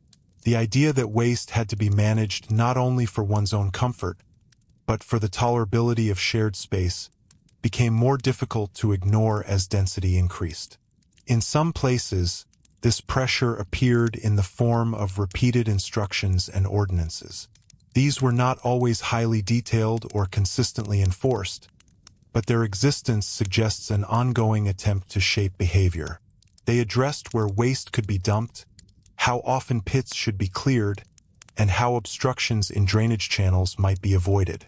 The tone of these rules often carries a sense of repetition, as if the same problems had to be addressed again and again, each time with the hope that this time they might be more effectively managed. But rules alone rarely changed daily practice without support. Enforcement required oversight, and oversight required time, authority, and willingness to intervene in the habits of others. In a growing town, this was not always easy. Officials might act in response to particularly severe conditions, but everyday maintenance still depended largely on individuals and households. The collective awareness of the problem was increasing, but the means to address it collectively remained limited. This gap between awareness and capacity is one of the defining features of the medieval sanitation experience. People could see, smell, and feel the consequences of poor waste management. They could attempt to regulate it.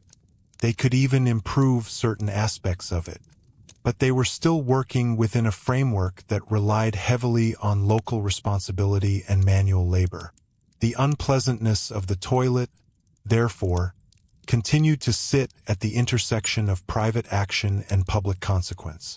In practical terms, this meant that certain areas within towns could develop distinct reputations.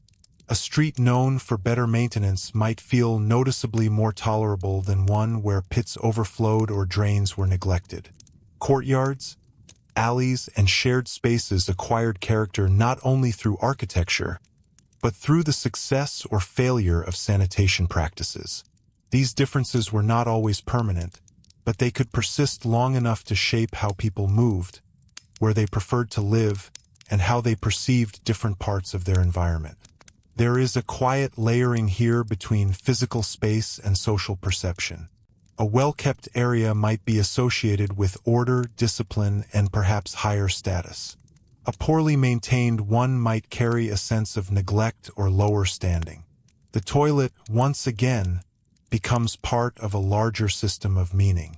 It is not only a place but a signal, one that communicates something about the people who use it, the resources they have, and the attention they give to their surroundings.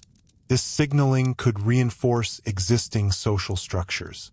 Those with more resources could maintain cleaner, more controlled environments, reinforcing their separation from the most unpleasant aspects of daily life. Those with fewer resources might be more exposed to the consequences of collective neglect, not because they were less aware, but because they had fewer options. The uneven distribution of comfort and discomfort, already present within households, extended outward into the broader landscape of the town. At the same time, shared necessity created moments of overlap. Even the most carefully maintained household could not entirely escape the surrounding environment. Air moved, water flowed, and people traveled through shared spaces. A noble might have a private latrine, but still pass through streets where sanitation was less controlled. A merchant might maintain order within his own building, but depend on public ways that were not entirely within his control. This overlap ensured that the problem of waste and the unpleasantness of the toilet remained part of a shared experience, even if it was experienced differently by different people. As towns continued to grow and activity intensified, the pressure on these shared systems increased. Markets brought crowds. Religious gatherings drew large numbers of people into confined areas. Seasonal changes affected how waste accumulated and dispersed. Each of these moments tested the limits of existing arrangements.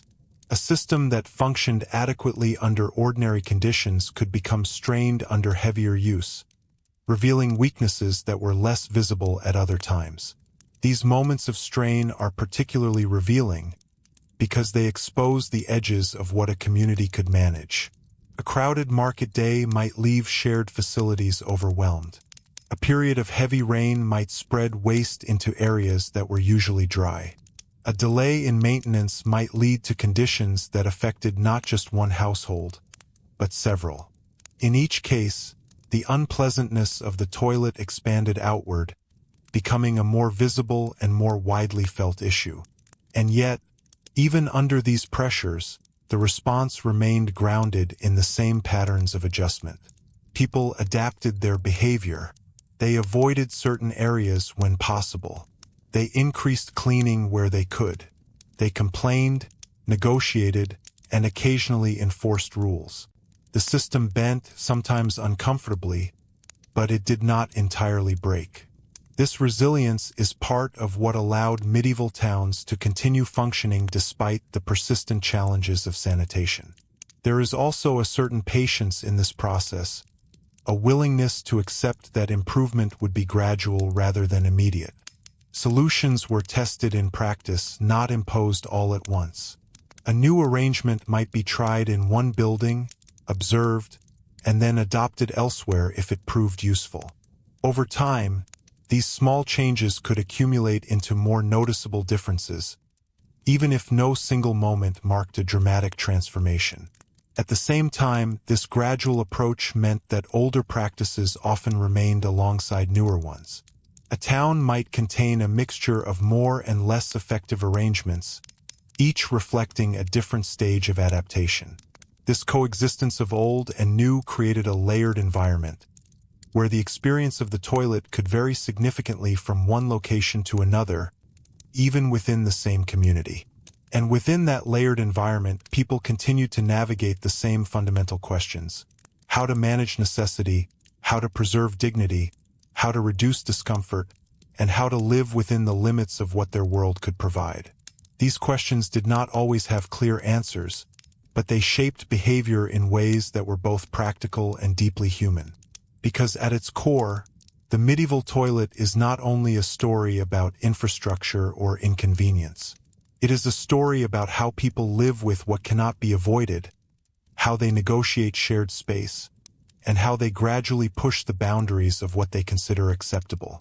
It is about the slow movement from tolerance toward expectation, from adaptation toward improvement. And as that movement continues, almost imperceptibly at first, it begins to set the stage for something that feels, in retrospect, like a turning point, not because everything changes at once, but because the idea that waste might be managed in a more controlled, more consistent, and more collective way begins to feel not only desirable but increasingly necessary. And when something begins to feel necessary rather than merely desirable, it starts to reshape not just behavior but imagination. People begin, often quietly, to think in different ways about what a town could be, what a building could include, and what daily life might feel like if certain persistent problems were handled more reliably. These thoughts did not arrive as grand proposals or sweeping reforms. They appeared in small decisions repeated across time, decisions about where to dig, where to build, how to channel water, how to separate spaces more effectively. One of the most important of these decisions involved the relationship between waste and movement. In earlier arrangements, waste often remained relatively close to where it was produced, contained in pits, shafts, or nearby channels. But as the pressure for improvement grew, there was a gradual shift toward moving waste further away, more consistently, and with less reliance on immediate manual handling. This did not yet mean the creation of fully enclosed sewer systems, but it did begin to change how distance became a kind of solution in itself. The farther waste could be kept from living areas, the more tolerable those areas became. This might involve placing latrines at the edges of properties, aligning them with natural slopes, or situating them near existing water flows that could carry material away. Each of these choices reflects a growing awareness that the problem was not only what to do with waste, but how to remove it from the spaces where people lived, worked, and gathered. This growing attention to movement also began to influence the design of streets and public spaces. Where water naturally flowed, it could be guided, however imperfectly, to carry away refuse. Shallow channels, gutters, and slight changes in ground level became part of a broader attempt to manage the direction in which unwanted material traveled. These features were often simple and exposed, far from the hidden systems of later centuries, but they represented a step toward thinking about sanitation at the scale of the town rather than the individual building. And yet, even as these ideas took shape, they remained constrained by the realities of medieval construction. Materials were limited.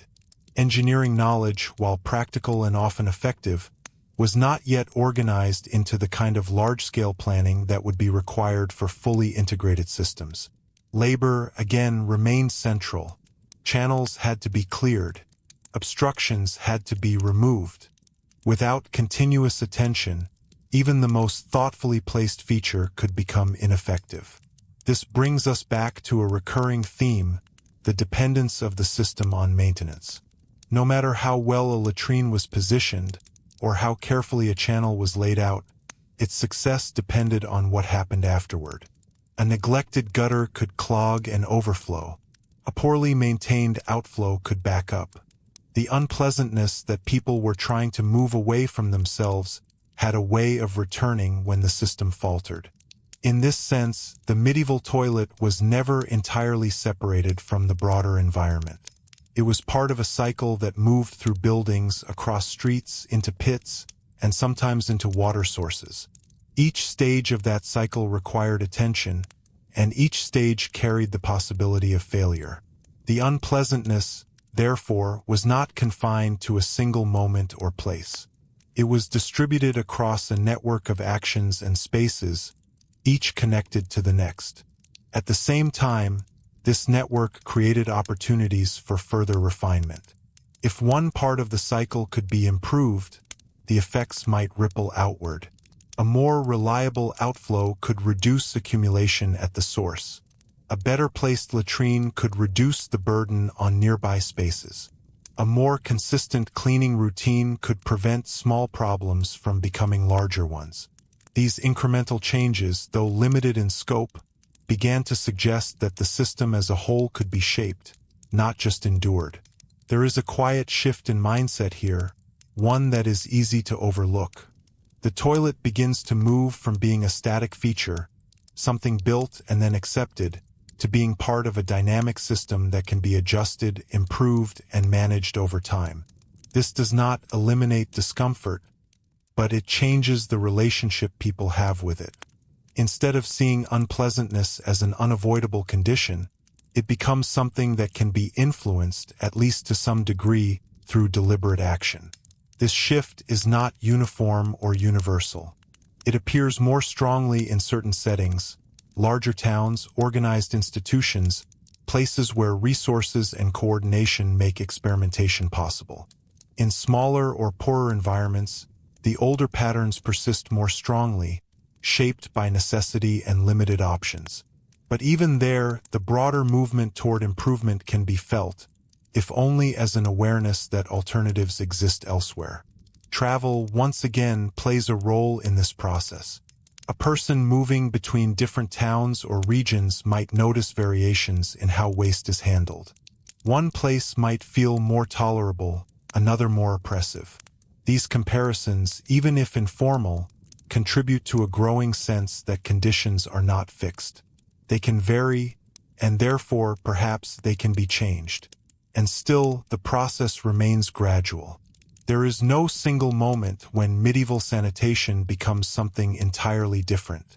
Instead, there is a slow layering of practices, some older, some newer, coexisting within the same spaces. A town might have improved drainage in one area and neglected pits in another. A building might incorporate a better designed latrine while still relying on older methods of disposal. The experience of the toilet continues to vary, reflecting this mixture of continuity and change. Within this mixture, the role of authority becomes increasingly significant. As the scale of the problem grows, so does the need for coordination. Individual households can only do so much. At some point, the management of waste begins to require decisions that affect multiple people at once. Where should channels be placed? How often should they be cleared? Who is responsible for maintaining shared facilities? These questions draw attention to the limits of purely individual solutions. In some cases, local authorities begin to take a more active role, not only issuing rules, but organizing efforts to enforce them or carry them out. This might involve appointing individuals to oversee certain tasks, coordinating cleaning efforts, or responding to complaints that affect larger areas. These actions are often imperfect and uneven, but they represent a shift toward recognizing sanitation as a collective responsibility. That recognition, however, does not immediately resolve the underlying challenges. Coordination introduces its own difficulties. Decisions must be made, resources allocated, labor organized. Disagreements can arise over priorities, responsibilities, and costs. The unpleasantness of the toilet, once a private inconvenience, now becomes part of a more complex negotiation involving multiple actors and interests. And yet, despite these challenges, the movement continues. The idea that waste can be managed more effectively, that discomfort can be reduced, that the environment can be shaped in ways that make daily life more tolerable. These ideas gain quiet strength over time. They do not eliminate the old realities, but they begin to coexist with them, creating a tension between what is and what might be. This tension is perhaps most visible in the way people begin to talk about space, not only where things are, but where they should be. The placement of a latrine is no longer only a matter of convenience. It becomes a matter of appropriateness. The flow of waste is not only a physical process. It becomes a matter of order. These shifts in language reflect deeper changes in how people understand their relationship to their surroundings. And as these understandings evolve, they begin to influence decisions in ways that extend beyond the immediate problem. A building might be designed with greater attention to separation and flow. A street might be laid out with an eye toward drainage. A community might organize itself around shared practices that aim, however imperfectly, to reduce the intrusion of waste into daily life. None of this removes the unpleasantness entirely. The medieval toilet remains, in many ways, a difficult, uncomfortable, and sometimes troubling part of life. But it is no longer only that. It has become part of a larger story.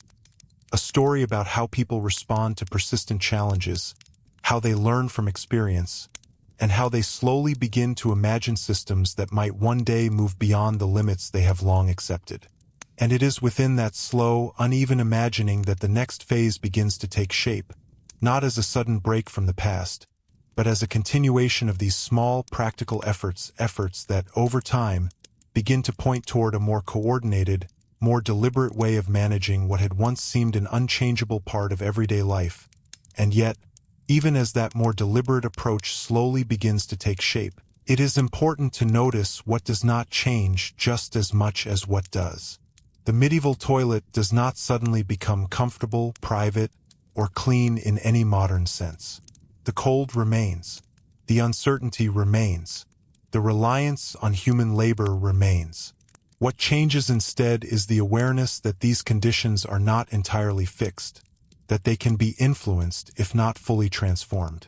This awareness begins to settle into the habits of builders and planners in a quiet but persistent way. A new structure might include a slightly more thoughtful placement of its latrine. A household might position its privy with greater attention to airflow or distance. A shared facility might be built with an eye toward easier maintenance, even if that maintenance still depends on regular effort. None of these decisions announces itself as a major innovation, but together they create a subtle shift in the built environment. In some settings, this shift becomes visible in the way buildings relate to their surroundings. Instead of treating waste disposal as an afterthought, it begins to influence the initial layout. Openings are placed with more intention. Distances are considered more carefully. The relationship between interior and exterior space becomes more deliberate, shaped not only by comfort and status, but by the need to manage what the building produces as well as what it contains. This is not yet a world of hidden systems. Waste remains visible, audible, and often unavoidable. But it is a world in which people are beginning to think in terms of flow, how things move through space, how they can be directed, and how their movement affects the experience of those who live nearby. The toilet, once a fixed point of discomfort, becomes part of a broader pattern of circulation that includes water, air, and human activity. Water, in particular, continues to play a central and complicated role. Where it can be harnessed, even imperfectly, it offers a way to carry waste away from its source. A latrine placed above a flowing stream or near a drainage path represents not only a practical solution, but a conceptual one. The idea that removal, rather than containment alone, might reduce unpleasantness. But this idea is always balanced by risk. Water that carries waste away can also carry it somewhere else, sometimes into places where people live or draw their supply. The solution, therefore, is never complete. It is always part of a chain of consequences. This chain becomes more visible as communities grow and connections between spaces become more tightly woven. A decision made in one location where to place a pit, how to direct runoff, can affect conditions elsewhere. The toilet, in this sense, is no longer an isolated feature. It is a node within a network, linked to other nodes by the movement of material, water, and air. Understanding that network, even in a partial and intuitive way, becomes increasingly important. At the same time, the human dimension of the problem remains as present as ever. No matter how carefully a system is arranged, someone must still engage directly with it. Someone must inspect, clean, adjust, and repair. The unpleasantness does not disappear. It is redistributed, managed, and sometimes postponed. The labor that supports the system continues to shape how it functions, and that labor remains tied to questions of status, responsibility, and endurance. There is a certain quiet continuity in this. Even as ideas about coordination and improvement develop, the daily experience of the toilet retains many of its older characteristics. A person still approaches the space with a degree of caution. They still assess its condition in the moment. They still navigate its physical and sensory challenges. The difference is that these experiences now exist alongside a growing sense that they might, eventually, be altered. This coexistence of old and new ways of thinking creates an interesting kind of tension. On one hand, people continue to adapt to the conditions they know. On the other, they begin to imagine alternatives, even if those alternatives are only partially realized. The toilet becomes a place where this tension is felt most directly, a reminder of what is, and a hint of what might be. It is also a place where the limits of imagination become clear.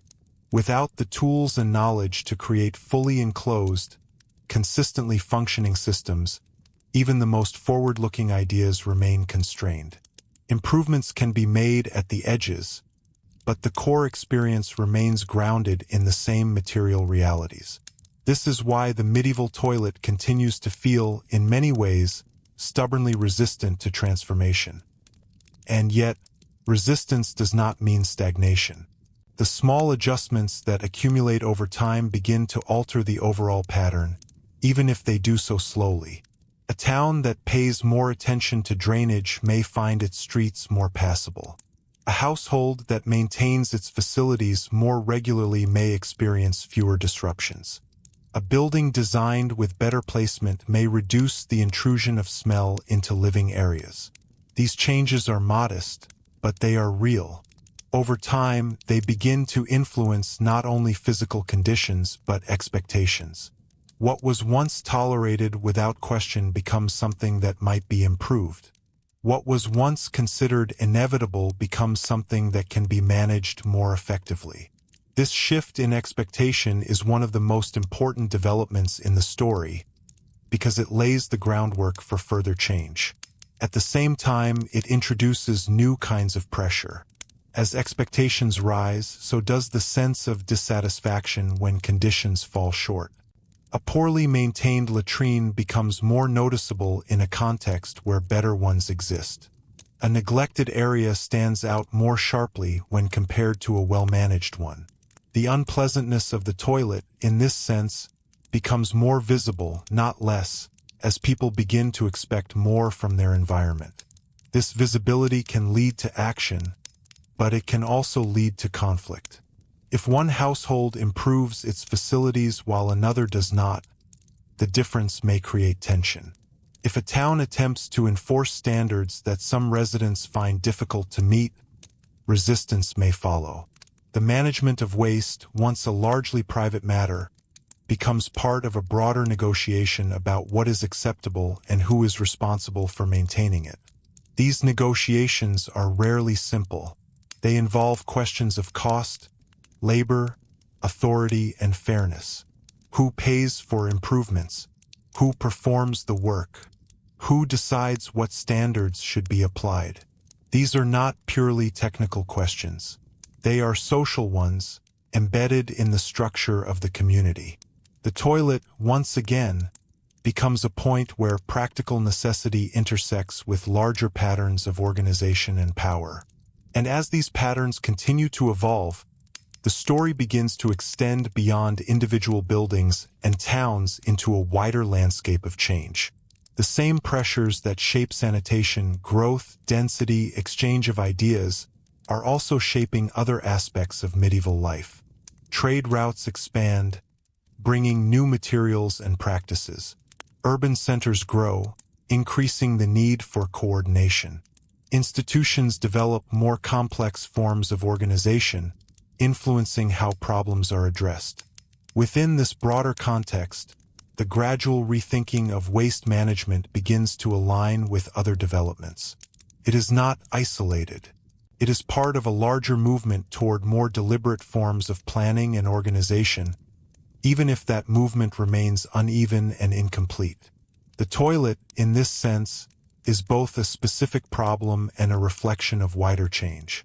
And it is precisely at this point, when small improvements, rising expectations, and growing pressures begin to converge, that the next stage of the story starts to come into clearer focus, not as a sudden solution, but as a gradual shift toward systems that attempt, for the first time, to handle waste in ways that extend beyond the immediate reach of any single household or building. And once the problem begins to move beyond the household, it quietly changes scale in a way that is difficult to reverse. What had once been handled within the boundaries of a single dwelling now starts to require thinking that stretches across entire streets, districts, and, eventually, whole towns. This shift does not replace older methods overnight. Chamber pots are still used, pits are still dug, garderobes still project from walls. But alongside these familiar forms, a different kind of thinking begins to take hold. One that treats waste not as something to be contained locally, but as something that must be guided away collectively. This guidance is often imperfect, but it introduces a new kind of intention into the landscape. Instead of allowing waste to accumulate and then be removed manually, people begin, where possible, to encourage it to move continuously. Small channels, open drains, and sloped pathways are shaped not only by convenience, but by the idea that movement itself can reduce unpleasantness. A slowly flowing current, even a shallow one, becomes a tool, a way of keeping waste from settling too long in one place.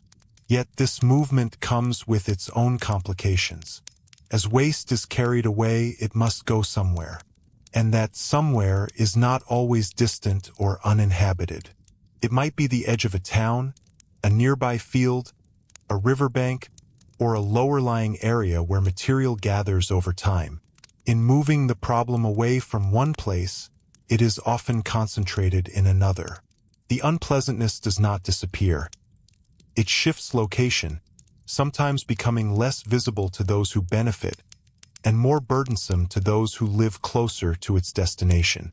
This uneven distribution reinforces an older pattern in a new form. Just as earlier systems placed the burden of maintenance on certain individuals, these emerging, more distributed systems begin to place the burden of proximity on certain areas. The edge of the town, the downstream section of a waterway, the lower ground where runoff collects, these become the new frontiers of unpleasantness. The toilet, in this broader sense, stretches outward, connecting distant parts of the landscape through the path that waste takes as it leaves its point of origin. At the same time, the act of directing waste introduces a degree of predictability that had not always been present before. If material moves along a known path, that path can be observed, maintained, and, to some extent, controlled. A blocked channel can be cleared. A damaged section can be repaired. This does not eliminate the need for labor, but it begins to focus that labor in more specific places, rather than dispersing it entirely across individual households. This focusing of effort is significant. It allows for the possibility, however limited, of coordinated action. Instead of each household managing its own small system in isolation, there are now points where multiple households depend on the same channel, the same outflow, the same shared space.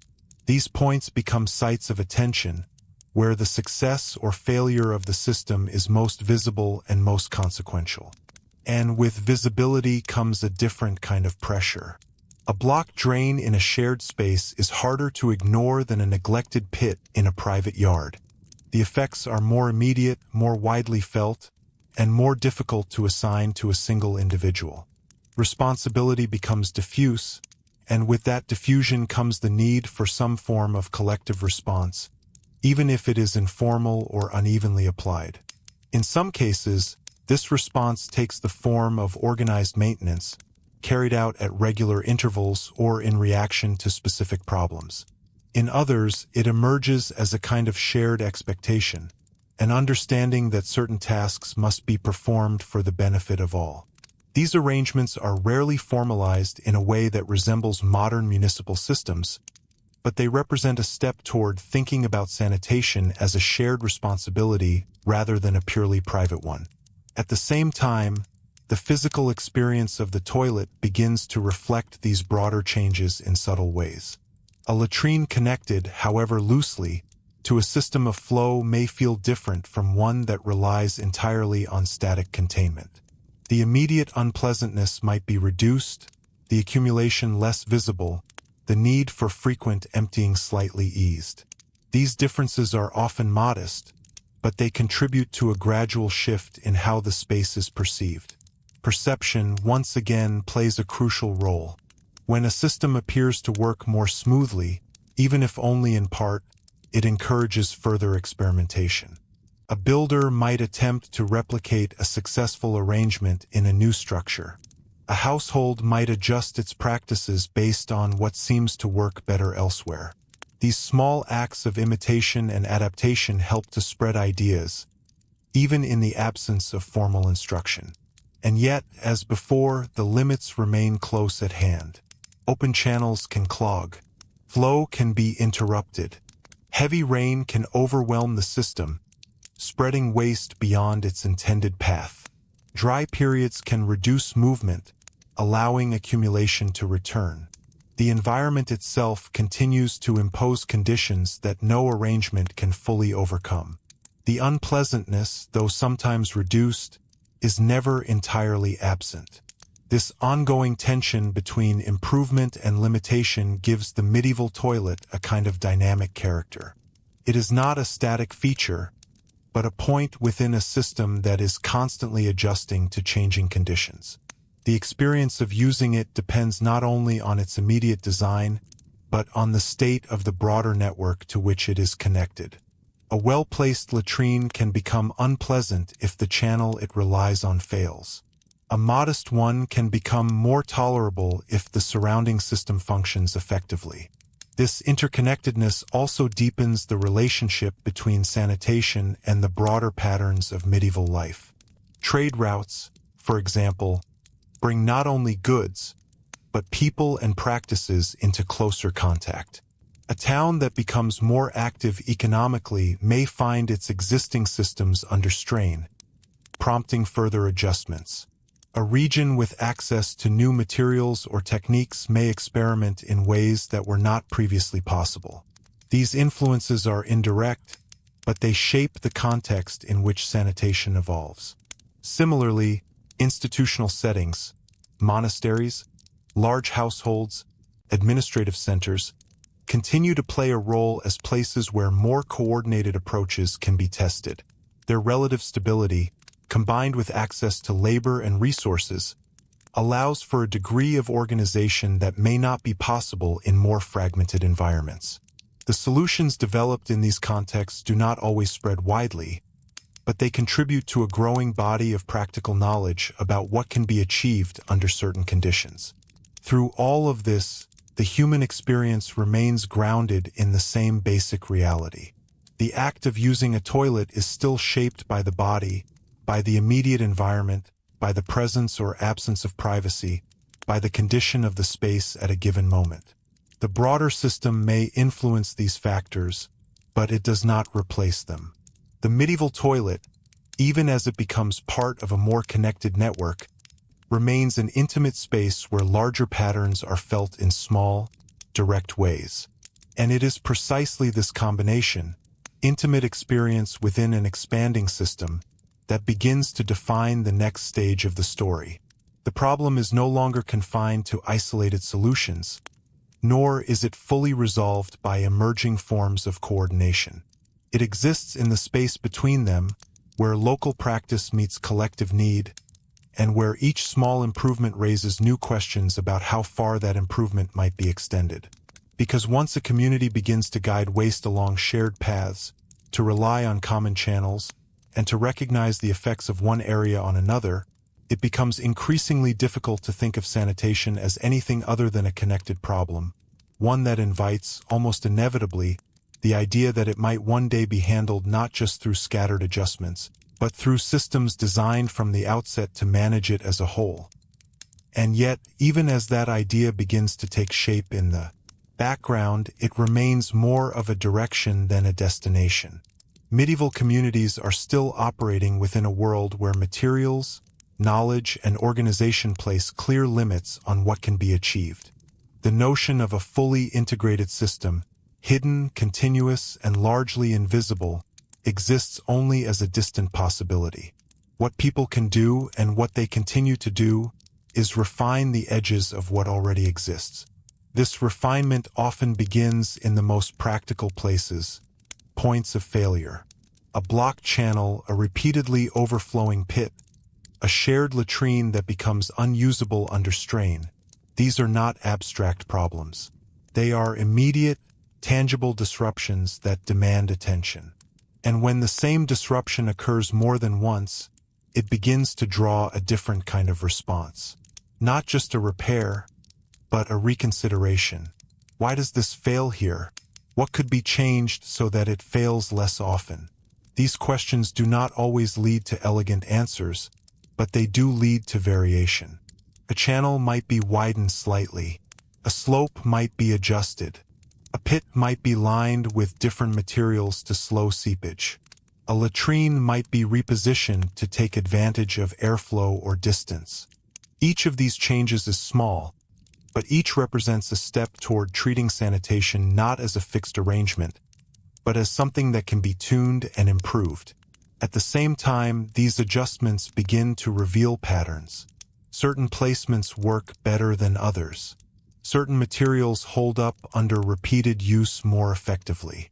Certain arrangements reduce smell or make cleaning easier. Over time, these patterns become part of the shared knowledge of builders and householders, even if they are not written down in systematic ways. They are learned through doing, through observing what endures and what does not. There is a quiet accumulation here, one that is easy to overlook because it does not announce itself as innovation in the dramatic sense. but it matters. It creates a foundation of practical understanding that shapes future decisions. When a new building is constructed, it is not designed in isolation. It carries with it the memory of past successes and failures, even if those memories are held in habit rather than theory. This accumulation also begins to influence how people think about permanence. Earlier solutions, especially in more modest settings, might be temporary or easily altered. But as experience grows, there is a gradual movement toward more durable arrangements, structures that are built with the expectation that they will last, and that their performance over time matters. A latrine is no longer only a convenient addition. It becomes part of the long-term design of a building. With that shift comes a different kind of investment. More durable materials may be used. Placement is considered more carefully at the outset. The relationship between the latrine and the rest of the structure is planned rather than improvised. These changes do not eliminate the need for maintenance, but they reduce the frequency with which the most severe problems occur. The unpleasantness is still present, but it is, in some cases, less volatile. And yet, durability introduces its own complications. A more permanent structure is harder to adjust once it is built. If a design proves flawed, correcting it may require more effort than in a simpler, more flexible arrangement. This creates a new kind of risk, the risk of committing to a solution that may not perform as expected. Builders and householders must balance the desire for stability with the need for adaptability, a balance that is not always easy to achieve. In larger or more organized settings, this balance can be managed more effectively. Institutions with resources and continuity, monasteries, large estates, administrative centers, are able to observe their systems over longer periods and make more deliberate adjustments. They can afford to experiment, to rebuild, to refine. In these contexts, sanitation becomes part of a broader culture of maintenance and improvement, integrated into the rhythms of institutional life. But outside these settings, conditions remain more variable. A small household may not have the means to rebuild a poorly performing latrine. A tenant may have little control over the structure they use. A town may struggle to maintain consistency across its different areas. The unevenness that has characterized the medieval sanitation experience from the beginning continues to persist, even as some places move further along the path of refinement. This unevenness is important because it prevents the story from becoming one of simple progress. Improvement does not spread evenly or predictably. It appears in pockets influenced by local conditions, resources, and priorities. A traveler moving from one place to another might encounter striking differences. One town relatively well managed, another struggling with familiar problems. These contrasts reinforce the sense that change is possible, but not guaranteed. At the same time, they contribute to a growing awareness that conditions are not fixed. If one place can achieve a certain level of order, another might aspire to it. If one arrangement proves more effective, it may be imitated. This process is slow and uneven, but it gradually expands the range of what people consider achievable. And within this expanding range, the toilet continues to occupy a central, if often unspoken, place. It remains one of the most direct points of contact between the body and the built environment. It is where abstract ideas about flow, distance, and organization become immediate, physical experiences. It is where success or failure is felt most clearly, not in theory, but in sensation. This immediacy gives the toilet a particular kind of influence. It is difficult to ignore a system that affects daily life so directly. Even small improvements can have a noticeable impact, and small failures can quickly become sources of frustration. This responsiveness ensures that sanitation remains an active area of attention, even if it is not always discussed openly. It also ensures that the problem continues to evolve. As new solutions are tried, new issues emerge. A channel that improves flow may require more frequent clearing.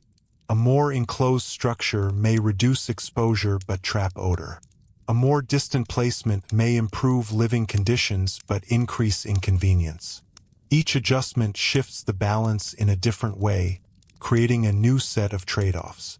These trade-offs are not merely technical. They are deeply human. They involve choices about comfort, effort, privacy, and time. They reflect the priorities of those making them, whether those priorities are shaped by necessity, by status, or by habit. The medieval toilet, in this sense, is not only a technical problem. It is a reflection of how people decide what matters most in their daily lives. And as these decisions accumulate across households, institutions, and towns, they begin to create patterns that extend beyond individual cases. Certain approaches become more common. Certain expectations become more widely shared. The idea that waste should be managed more deliberately, more consistently, and with greater attention to its effects on the surrounding environment continues to gain quiet strength. It is not yet a transformation, but it is no longer only an isolated set of adjustments. It is becoming a direction, a way of thinking that points toward more coordinated, more systematic approaches, even if those approaches remain, for the moment, just out of reach. And it is within that space, between what is possible now and what is beginning to be imagined, that the next developments start to gather, shaped by the same pressures of growth, proximity, and shared experience that have been guiding the story all along. And it is within that space, between what is possible now and what is beginning to be imagined, that the story of the medieval toilet finally begins to settle into a quieter kind of understanding. Not a dramatic resolution, and not a sudden transformation, but a recognition of what this long, often uncomfortable history really reveals. Because when we look back at medieval toilets, it is easy to focus on the unpleasantness. The cold stone, the shared spaces, the persistent smell, the uncertainty, the labor that kept everything just barely functioning. All of that is real, but it is only part of the story. The deeper story is about how people lived with a problem that could never be ignored, and yet could never be fully solved with the tools they had. They did not live in ignorance of discomfort. They noticed it, adjusted to it, complained about it, and worked around it. They built systems, imperfect, exposed, and labor-intensive, that allowed towns to grow, institutions to function, and daily life to continue. They developed habits, routines, and expectations that made the experience more predictable, if not more pleasant. And slowly, almost quietly, they began to imagine that things might be done differently. That imagination did not belong to a single moment or a single invention. It was built from countless small decisions: where to place a latrine, how to direct water, how often to clean, how far to push unpleasantness away from the spaces people valued most. Each of those decisions carried forward a little piece of understanding, a little adjustment to the balance between necessity and comfort. And over time, that balance began to shift. Not enough to change the medieval world entirely, but enough to lay the groundwork for what would come later. The idea that waste could be managed more consistently, more collectively, more deliberately, this idea did not arrive fully formed. It grew out of centuries of living with systems that worked just well enough to sustain life, but not well enough to remove discomfort. In that sense, the medieval toilet is not just a story about how unpleasant something once was. It is a story about limits, and about what happens when people spend generations pushing gently against those limits. It is also a reminder of how much of modern life depends on systems that are so effective we rarely notice them. The quiet convenience of a private, clean, reliable bathroom is not simply a matter of comfort. It is the result of a long, uneven history of trial, adjustment, and gradual change. And perhaps that is where the story becomes most human, because the people of the medieval world were not so different in what they wanted. They wanted privacy, ease, cleanliness, and a way to move through daily life without unnecessary discomfort.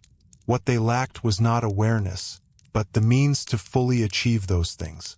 So they worked within what they had. They adapted. They endured. They improved what they could.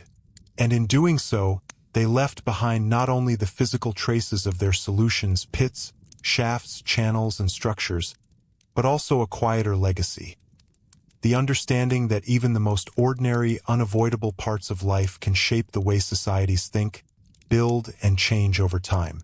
Before we close, I'm curious, what part of medieval daily life felt the hardest to imagine living through? Was it the lack of privacy, the constant negotiation of shared space, or something else entirely?